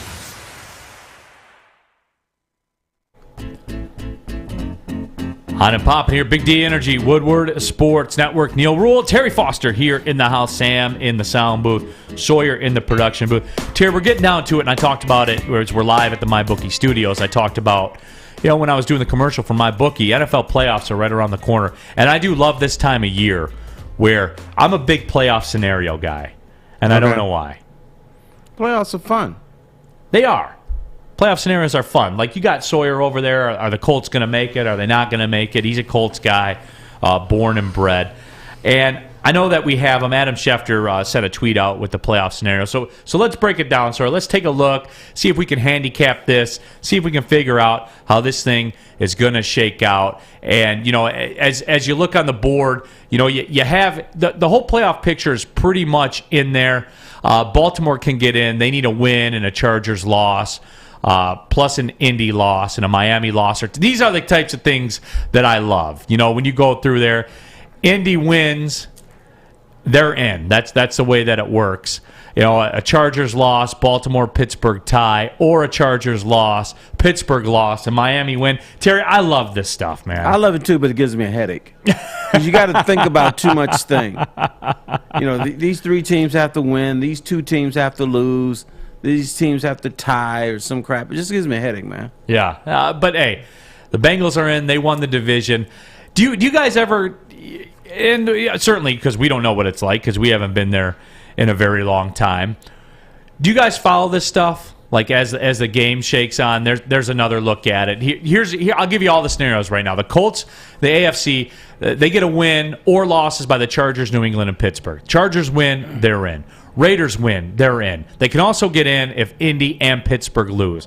Steelers need to win, Indy lose, and no tie in the Chargers-Las Vegas game. You're making my head hurt. The Ravens, they win, Indy loses, Chargers lose, and Miami loses. How about this, too? If the Colts lose, the Chargers and the Raiders can tie and they'll both get in. And they're the night game. Oh, yes. That's right. Now you're giving me gas, man. No, Terry, I would pay any amount of money. And with all due respect, Sawyer, I'm not doing it because I don't like you. I'm doing it because I root for the scenario. Oh, yeah. Where if the Colts lose, the Chargers and the Raiders could tie who play each other in the night game, so they know the result. What if, I know it would never happen, guys, I know it would, but what if the Colts lost and the Chargers and the Raiders kicked off and just exchanged taking a knee the whole game? If you are a competitor, if you are a true professional, you wouldn't even think about something like that. But what if? Playing for the tie. No, it's not going to happen. No, I don't want to hear it. Not going to happen. But what if? Then you got a screwed up league. So that you can't both put them in there. But that's what people say about me with the draft capital. I didn't make the system, Terry. I'm just playing, I'm just playing within it.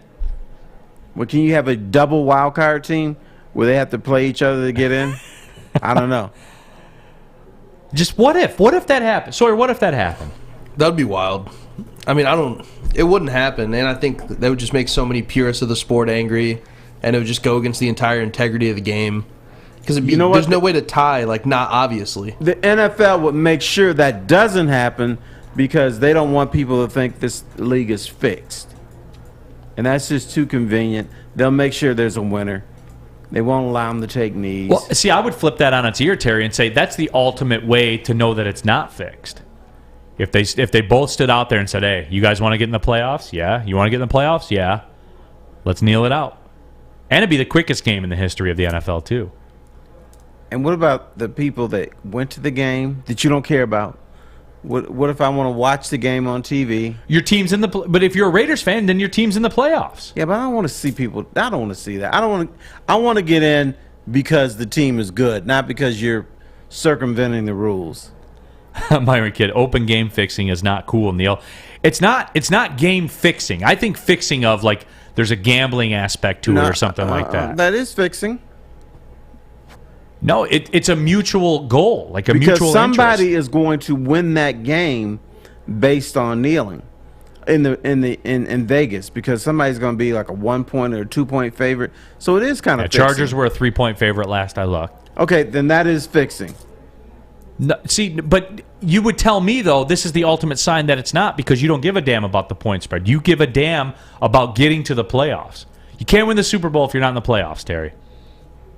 Do you cheat all the time? Do I cheat all the time? We're going to have to nickname you the cheater guy. How is that cheating, Terry? It's cheating because you're not. When you walk on a basketball field, you're supposed to compete.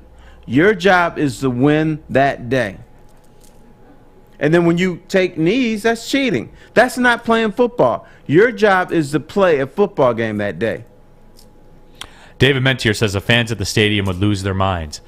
If you're a Raiders fan about getting in the play, how would you be upset if you got in the playoffs? Because you want to see, again, you want to see your team win. Especially in the playoffs. Neil, stop it. Terry, I'm just Grow saying. up. What I know it won't happen. Grow up. Terry, No.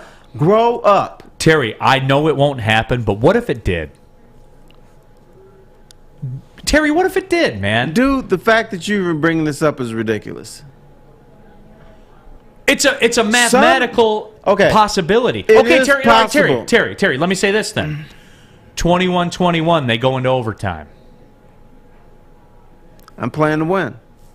That's a possibility.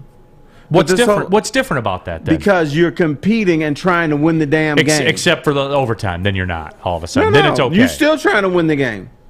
What if it went to overtime? That's just the circumstances of the game. Happen that way. Just so happen that way. It's not teams kneeling. Like if I'm trying to kick your butt and it's just okay. Well, you would have less of a problem with it if it happened in over. Like if they played the game and it ended up tied and going into overtime, would you have less of a problem with it if they said, "All right, it's 10 minutes, it's overtime, we both get in, let's call it a day"? I still have a problem with that too. Would you have a big of a problem with it though? I don't think you would. No. Okay. Because you at least competed for 60 minutes. Right. But your whole thing, you're not even playing. You don't even want to play football. Look, everyone was like you. Everyone on our YouTube chat thread was like you. David Mentier said if it's in the last minute of overtime, I could see it. So what's the line then? The last minute of overtime, the start of overtime, halftime, the first quarter? No, brother, man, you're still trying to win the game. I don't know. Honolulu Blues Party, math needs to stay out of sports. I know it can't happen, guys. I know it can't. And Myron says, but let's be real, folks. Ain't no way in hell that the Colts could lose to the Jags. So there is that. Terry, we did find common ground, though. You said in overtime you could see it. You could deal with it. You could understand it. No. I can understand a tie. I still wanted to try to win. But, one scenario would be, what if it's a tie, you're in overtime, and they pin you down at the two-yard line? Normally, teams just run the ball or try to get out of that because they don't want to throw an interception. Now, in a situation like that's where you kind of get like, okay, what's going on here? Are you going to try to win? How do you do that? Do you call the other coach's cell phone? Like, how does that work? How do you communicate that? You don't. That's internal. You decide, do we have a shot at scoring a touchdown or getting a field goal, or is it a better shot we're going to take a safety?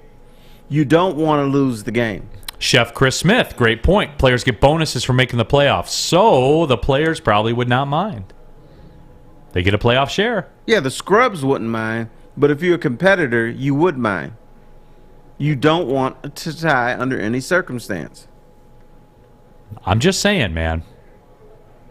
Mike Neil, G. be a man. Mike G wants to know if you got that hat at Northland Mall. I did not. Northland Mall is closed. I think that was part of demolished. I think that was part of the point. Ask Terry. You always want to win at the Sun Bowl, however. You always won at the Sun Bowl, though, didn't you, Terry? Sure. Did you have to kneel or no? I did not. I did not kneel. You played to win, huh? I played to win. Got rid of that smell, and I played to win. All right, got a baseball card question for you guys when we come back. I was shocked to find out Sawyer was active in the baseball card, football card game. There was some news that popped off as well. I do want to discuss it with you guys. If it doesn't go anywhere, it doesn't go anywhere. I'll see what you guys have to say. We're coming down the stretch here. It's Big D Energy right here on the Woodward Sports Network. Fellas, football season is here. It's time to make your grooming experience easy like Sunday morning. Get to Lady Jane's Haircuts for Men. Walk in, relax, watch your favorite team play, and before you know it, your hair will be game ready. Get to Lady Jane's, open 10 to 8, 7 days a week. Walk in anytime. It's wicked awesome. Make sure you download the Woodward Sports app in the App Store and the Google Play Store today. Take Woodward Sports with you wherever you go and listen live on your phone or mobile device.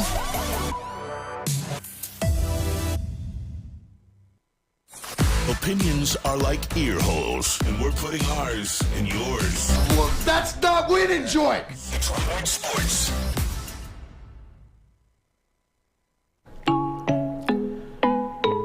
All right. Welcome back. Big D Energy, Woodward Sports Network. We're going to talk about the baseball card stuff in a second. But you know what? There's something where I got to ask Terry this. You just got to push this, don't you? No, well, yes. Yeah. Okay. Yes, I do, Terry. Are you team draft capital? Are you team the process? Are you team the second you can't get to the play? Are you me, basically, about the draft?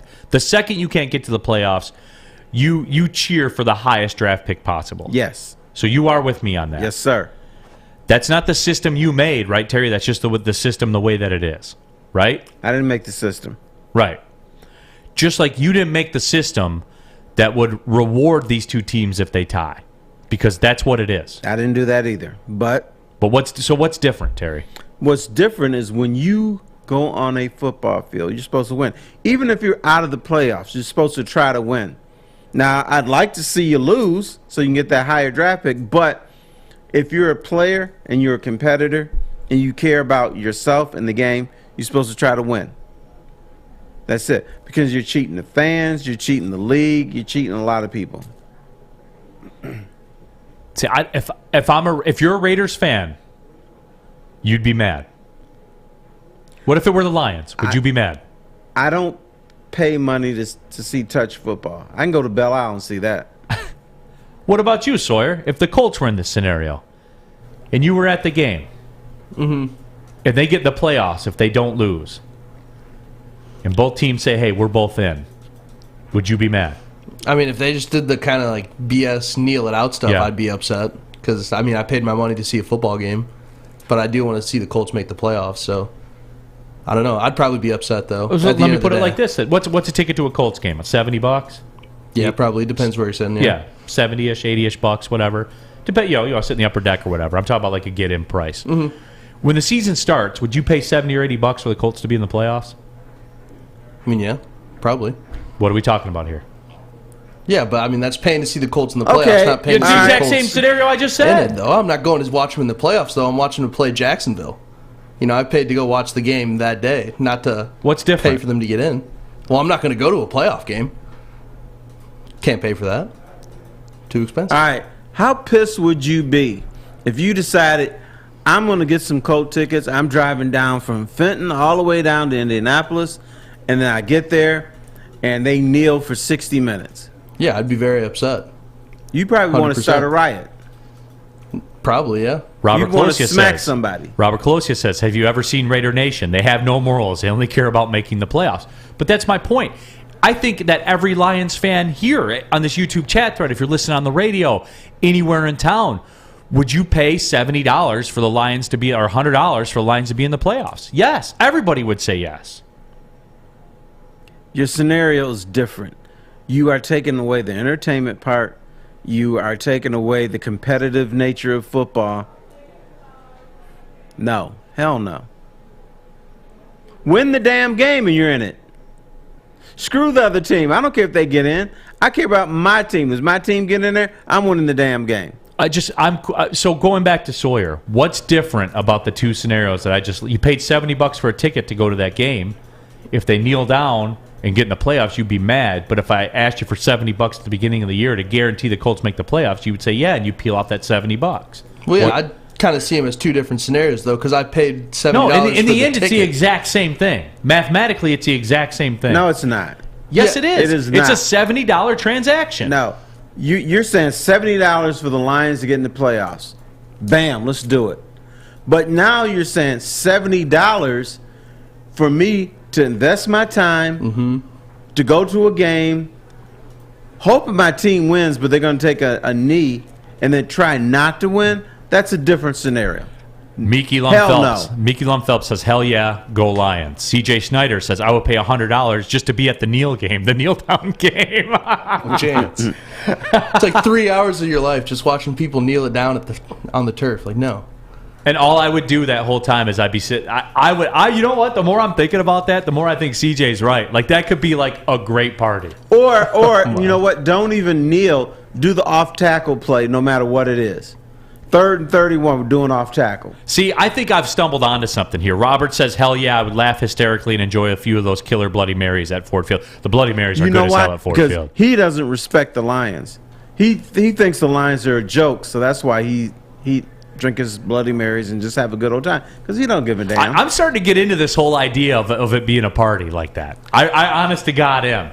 Sawyer, what if I dressed it up to you as that? What if we knew beforehand and I said, Sawyer, let's roll, man. Just like a kneeling party? Yeah, we're going to go. They're going to get in the playoffs, and we're just going to sit there, and we're going to have a couple bloodies, and we're going to have a couple gypsies, and we're going to have a couple beers, and it's going to be a good time. Here's your problem. You don't tell me you wouldn't go to that, Sawyer. I'm getting to know you. I know you would be in for that. I mean, yeah, it'd be fun. Here's the problem, Neil. They're going to lose that playoff game anyway. So what the hell? And it's not going to be at home.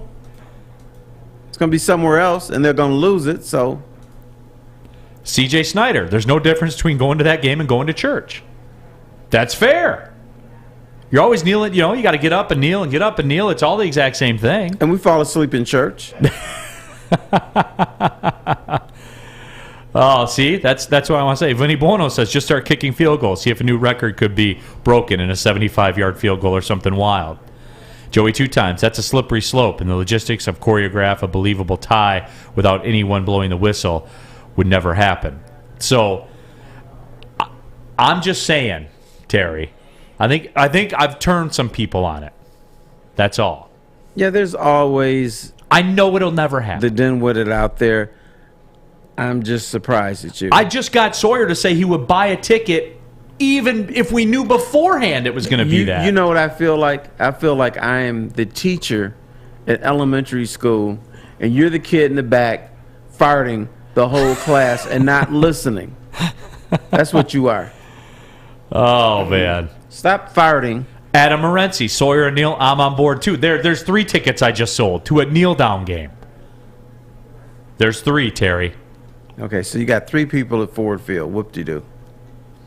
I'm telling you, there's an appetite for the Lions making the playoffs no matter how they get in. If a fan base is thirsty enough, they'll do it. They're just talking. I would go, Terry. They're just talking because they like you. They think you're a nice guy, and so let's make Neil smile today. That's all this is. They wouldn't actually go to the game. All right, Honolulu Blue Smarty says you pressured Sawyer into it. Did I pressure you into that, Sawyer? I mean, not really. You just kind of prefaced it as a party. Like, that's what the game was titled as, the kneel-down game. And you're down to roll. Well, if it was titled as the kneel-down game, I'd want to watch that. But if I showed up not expecting a kneel-down game, then I'd be a little upset. So you would say then the problem isn't with the kneeling, the problem is with your perspective. Well... Is that fair? I don't know, because the way I was taking the kneel-down game, like, that's marketed, and they're like, hey, guys, screw it, the NFL doesn't care anymore, we're just kneeling everything down. But... And there's this angle, too, and this just popped in my head, too. Southpaw Slab says resale of those ticket stubs would be insane. Exactly. Get a little collector's item out of it? Yeah. Get a little kneeling trophy? Yes, they would, Terry. Why would the resale be insane for a kneel-down game? Because it's an event. It goes back to my whole social media thing. Everybody would be peppering the pictures. Look, they would be lining up, and they'd be asking. Sam would be in the crowd. Hey, Sam, can you take this photo? And over my shoulder would be Jared Goff kneeling down at the 50-yard line. No, dude. Jackson the public's not that stupid. Nobody's going to buy that ticket stub. Yes, they would, Terry. KFM, turning into a drinking game, and everybody's on board. I told you, Terry. Are you getting concerned now the way the people are turning? No, because I know these people don't believe it. They're just talking. It's easy to say now. But if it actually happened, these same people would be rioting up and down Woodward.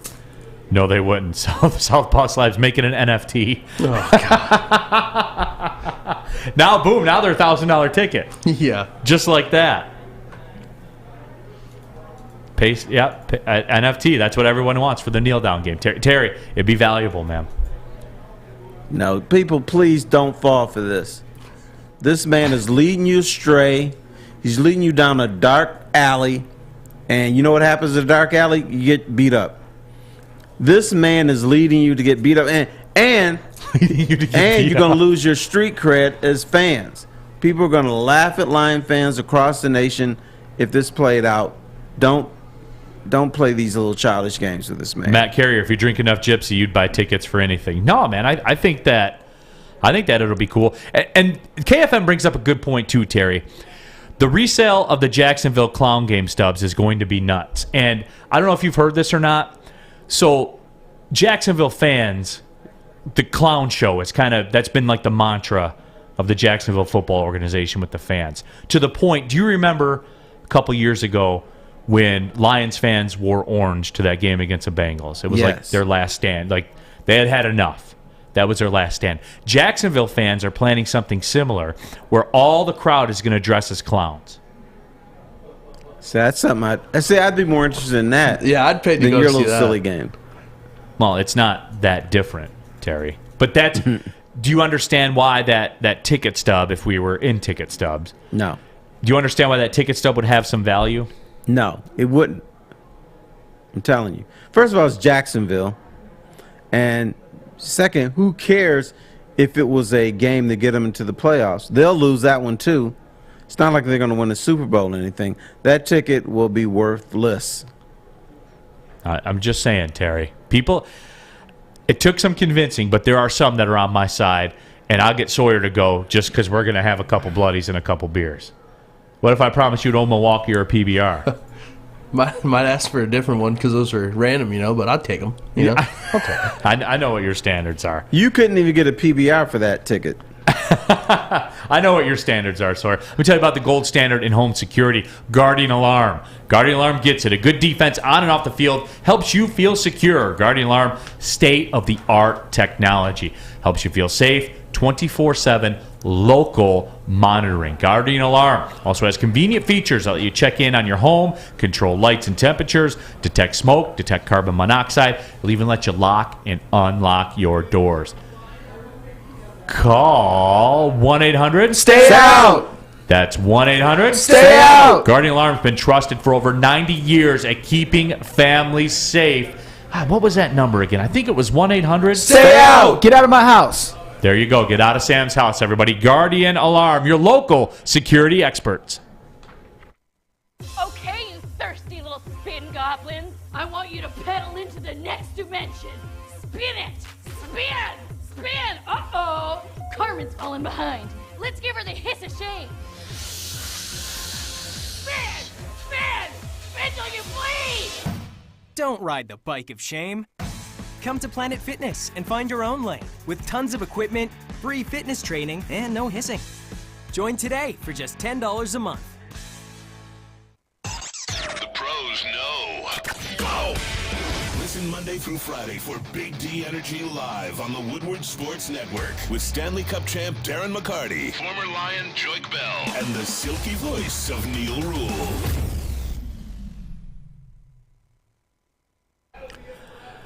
Final segment of the show, Big D Energy, Woodward Sports Network, Neil Rule, Terry Foster, Sam, and Sawyer in the house here today.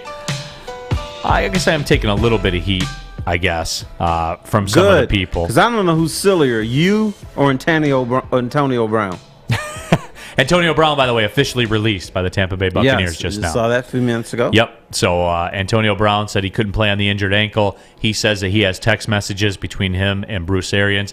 We haven't heard the last of this. This will certainly play out. The Players Union will probably get involved at some point. Oh, this is going to play out for a long time. Long time.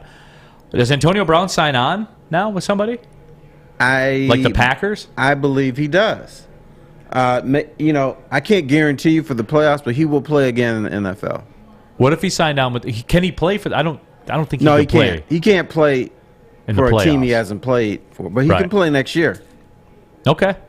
That's cool. Detroit Dabber 313. A shot of beer every time the quarterback kneels. It'd be like a power hour. Yeah. See, Sawyer's, you're getting more and more on board with this by the second, aren't you? I've done a power hour or two before. Those get aggressive. Little Century So Club. all we got to do is throw alcohol in it, and we'll do anything. Somebody in the YouTube chat thread wants to know, Sam, would you go to the kneel down game with Sawyer and I, and Adam Morency from the YouTube chat thread? The funny thing is when I go to sporting events, I get anxiety because I really want my team to win, and if they lose, I'm miserable. So that kind of takes away that the outcome before you even go. So I wouldn't do that a lot, but you could convince me, maybe. Would you have a Bloody Mary? Wait. Sam, you don't have to explain to him. All you had to do is just say hell no. I mean, but that my answer isn't hell no. It's No, you're giving him too much credit. I wonder if Stick would go. They wouldn't lose. Stick's got issues, so. Stick, real quick. So we kind of stumbled into this scenario. Yeah, here. I just walked in here. What's going on? So the Chargers are playing the Raiders. Okay. The winner goes to the playoffs. Unless the Colts lose, the Chargers and the Raiders could tie, and they'll both go to the playoffs. Ooh. So under my scenario, the Colts lose, and they're the night game. You just both take a knee, and you both go to the playoffs. I mean, that is a bold strategy if you can get the other team to agree to it. Right. So, Stick, I kind of rewrap this for Lions fans. We're very thirsty to be in the playoffs. Yep. You're a very thirsty Lions fan. The thirstiest. The thirstiest of the thirsty. Okay, but Stick, be a man. Don't Would you pour hold on? yourself out. Don't let Terry spike the punch here, okay? Are you going, would I take that to get into the playoffs? Would you take it to get into the playoffs? I would take getting to the playoffs any way I can right now. Thank you. That's number one. Scratching, Now, number two. Don't be a bitch. I'm not being a bitch. Yes, you are. Hey, watch yourself, Terry. When you go on the football field, your job is to win. Oh, but Neil doesn't care about winning. So you got to understand that. Neil doesn't care about winning or losing. That When means it comes to draft picks. When it comes to draft picks. Yes. Once you're eliminated from the playoffs. But under my scenario, you're not eliminated from the playoffs. So, Right. So let's double down on this. Sawyer said yes. There are a couple people in the YouTube chat thread said yes. I'm organizing, this is the Sunday night game, by the way. Okay. We're going to go, and we're going to make it a party. Stick, would you pay $75 or $100 for a ticket to go to the game with us? Oh, yeah, for sure. For Bingo. sure. For sure. That guy's sick, but no, being a bitch is being on the outside of the playoffs. Getting into the playoffs, you have to be in the fight to win the fight. No matter what. We've seen wild card teams. We've seen wild card teams win a Super Bowl. I want to be that wild card team that does it. I just want to be in the playoffs. I don't care how we get there. Can't win the Super Bowl if you're not in the playoffs. Thank you. But he's going to spend $7,500 to see a team kneel down for 60 minutes. Shame on you. That's history. I would always pay to see history. That's not history. They wouldn't talk about that for years, and I could be like, I was at that game. Sat we there were for 3 getting it hours, in. bored as hell. But Well, it was we wouldn't be awesome. bored. Right. Oh, my God. I'd turn it into a drinking game or something. Yeah, that's what some people in the YouTube chat thread were saying. AC says Neil is an outcomes guy. Precisely. That's what it is, Terry. I want the outcome. I want the desired outcome. Just get to the playoffs. Just get to the playoffs. You kind of sound like an alcoholic now. I mean, That's when I leave. Guilty. All right, Stick. Appreciate it, brother. Yeah, Thank appreciate you, man. you guys. Yeah, Shame on Stick you. was with me yesterday on the show. We had a good time. He's, Adams, Terry, Terry, stop bursting Neil's dream. I wish Stick was more of a man. Yeah, let's just get Terry, in the are you playoffs surprised? any way we can. Are you It's surprised okay. that this turned into? Are you surprised there's this much support? There's not that much support. Yes, there is. No, Terry. these people are lying to you. Because people like you. You're a jovial guy. You're nice. We don't want to upset Neil. That's what this is all about. You got that little goofy look. Like, it's like, you know what? I want to make this man happy no matter what. That's what this is all about. Lions to the playoffs. Let's go. Stick gets it. Let's go. So the Lions kneel the whole game. LOL. Yes, that's it. AC says we need a poll. I'm going to put one on my Twitter as soon as we get off the show. I'm going to put one on my Twitter at Neil Rule on Twitter. You see it on the screen. I will put that up as soon as we get done with the show. Terry, I'll tag you in it. I'm going to flood it. Yeah. We'll see. We'll see where the people right, stand. I won't flood it. So at Neil Rule on Vote Twitter. once. As soon as the show is over, I got a little segment I have to do right after the show for the radio. But as soon as the show is over, I'm putting that poll out there. Would you? And let's get the verbiage. We got about a minute and a half left. Let's get the verbiage correct because I don't want Terry to be upset because he's a journalism guy and a details guy. Probably wants proper grammar and all that. But Terry, here's the verbiage. Would you go to the Lions game? A, knowing that they need a tie to get in the playoffs, and B, both teams agreed that they will kneel down the entire game. Would you go to the game at Ford Field? Would you go to the game and pay $75? Would you pay $75 for a ticket to go to that game There at you Ford go. Field? Is that I'm fair? okay with that. Yes. We got it here. Everyone's cool with it. And they're kneeling the whole game. Okay, David, only because it's a party. It's not going to be a party. Terry, No. People are not going to leave that game after so they Terry, kneel you wouldn't for come with 60 us. Hell no. You wouldn't come with us, Terry. I wouldn't. A, I wouldn't come with you. B, I wouldn't acknowledge that I know you. And C, I wouldn't even watch that crap on TV at home. I'm surprised it took this long, Terry, for you to not like me. You know, like you put on the nice face, but I see what your true character is right now. No, as soon as the show's over, I'll like you again. Oh, all right, fair. That's fair. We got about 30 more seconds. Hey, Okay. You gonna come back tomorrow? Or have you had enough? Now I'll come back just as long as you're not going to force me to go to this game. All right. Well, it's a wild scenario that could never be plausible because the Colts aren't going to lose to Jacksonville. So there you have it. But I'm putting that poll up on Twitter at Neil Rule on Twitter as soon as the show is over. I want votes in this. I want to see where everybody stands with it. T-Foss, good run today, man. Aside from the last 30 minutes. No, it was fun. You're a jovial guy. Big thanks to Sam Sawyer as well, but most of all, thank all of you for the listeners, the YouTube chat thread, all of it. Appreciate y'all. We'll be back at it tomorrow. Story time with Terry Foster. Sawyer's Motorsports Minute as well, and it's only a minute, then his mic gets cut off. So we got the hometown hero for the Detroit Lions tomorrow also. Big show on a Friday. For T-Foss, my name's Neil Rule. Thanks for watching, everybody. Well, see you later. Be good, gang. Hey, Ron, wants to let you know that Robert doesn't want to work here anymore because they're island boy. I'ma keep it on my island boy. Just underscore DONNNNE underscore with them. Wanna leave with flair like my. Just wanted to let you know that Robert doesn't work here anymore because there's island boys, yeah. Just quitting his job, yeah. He with the island boys, yeah. He don't want to be with no more. Yeah. He want to be an island boy. We out.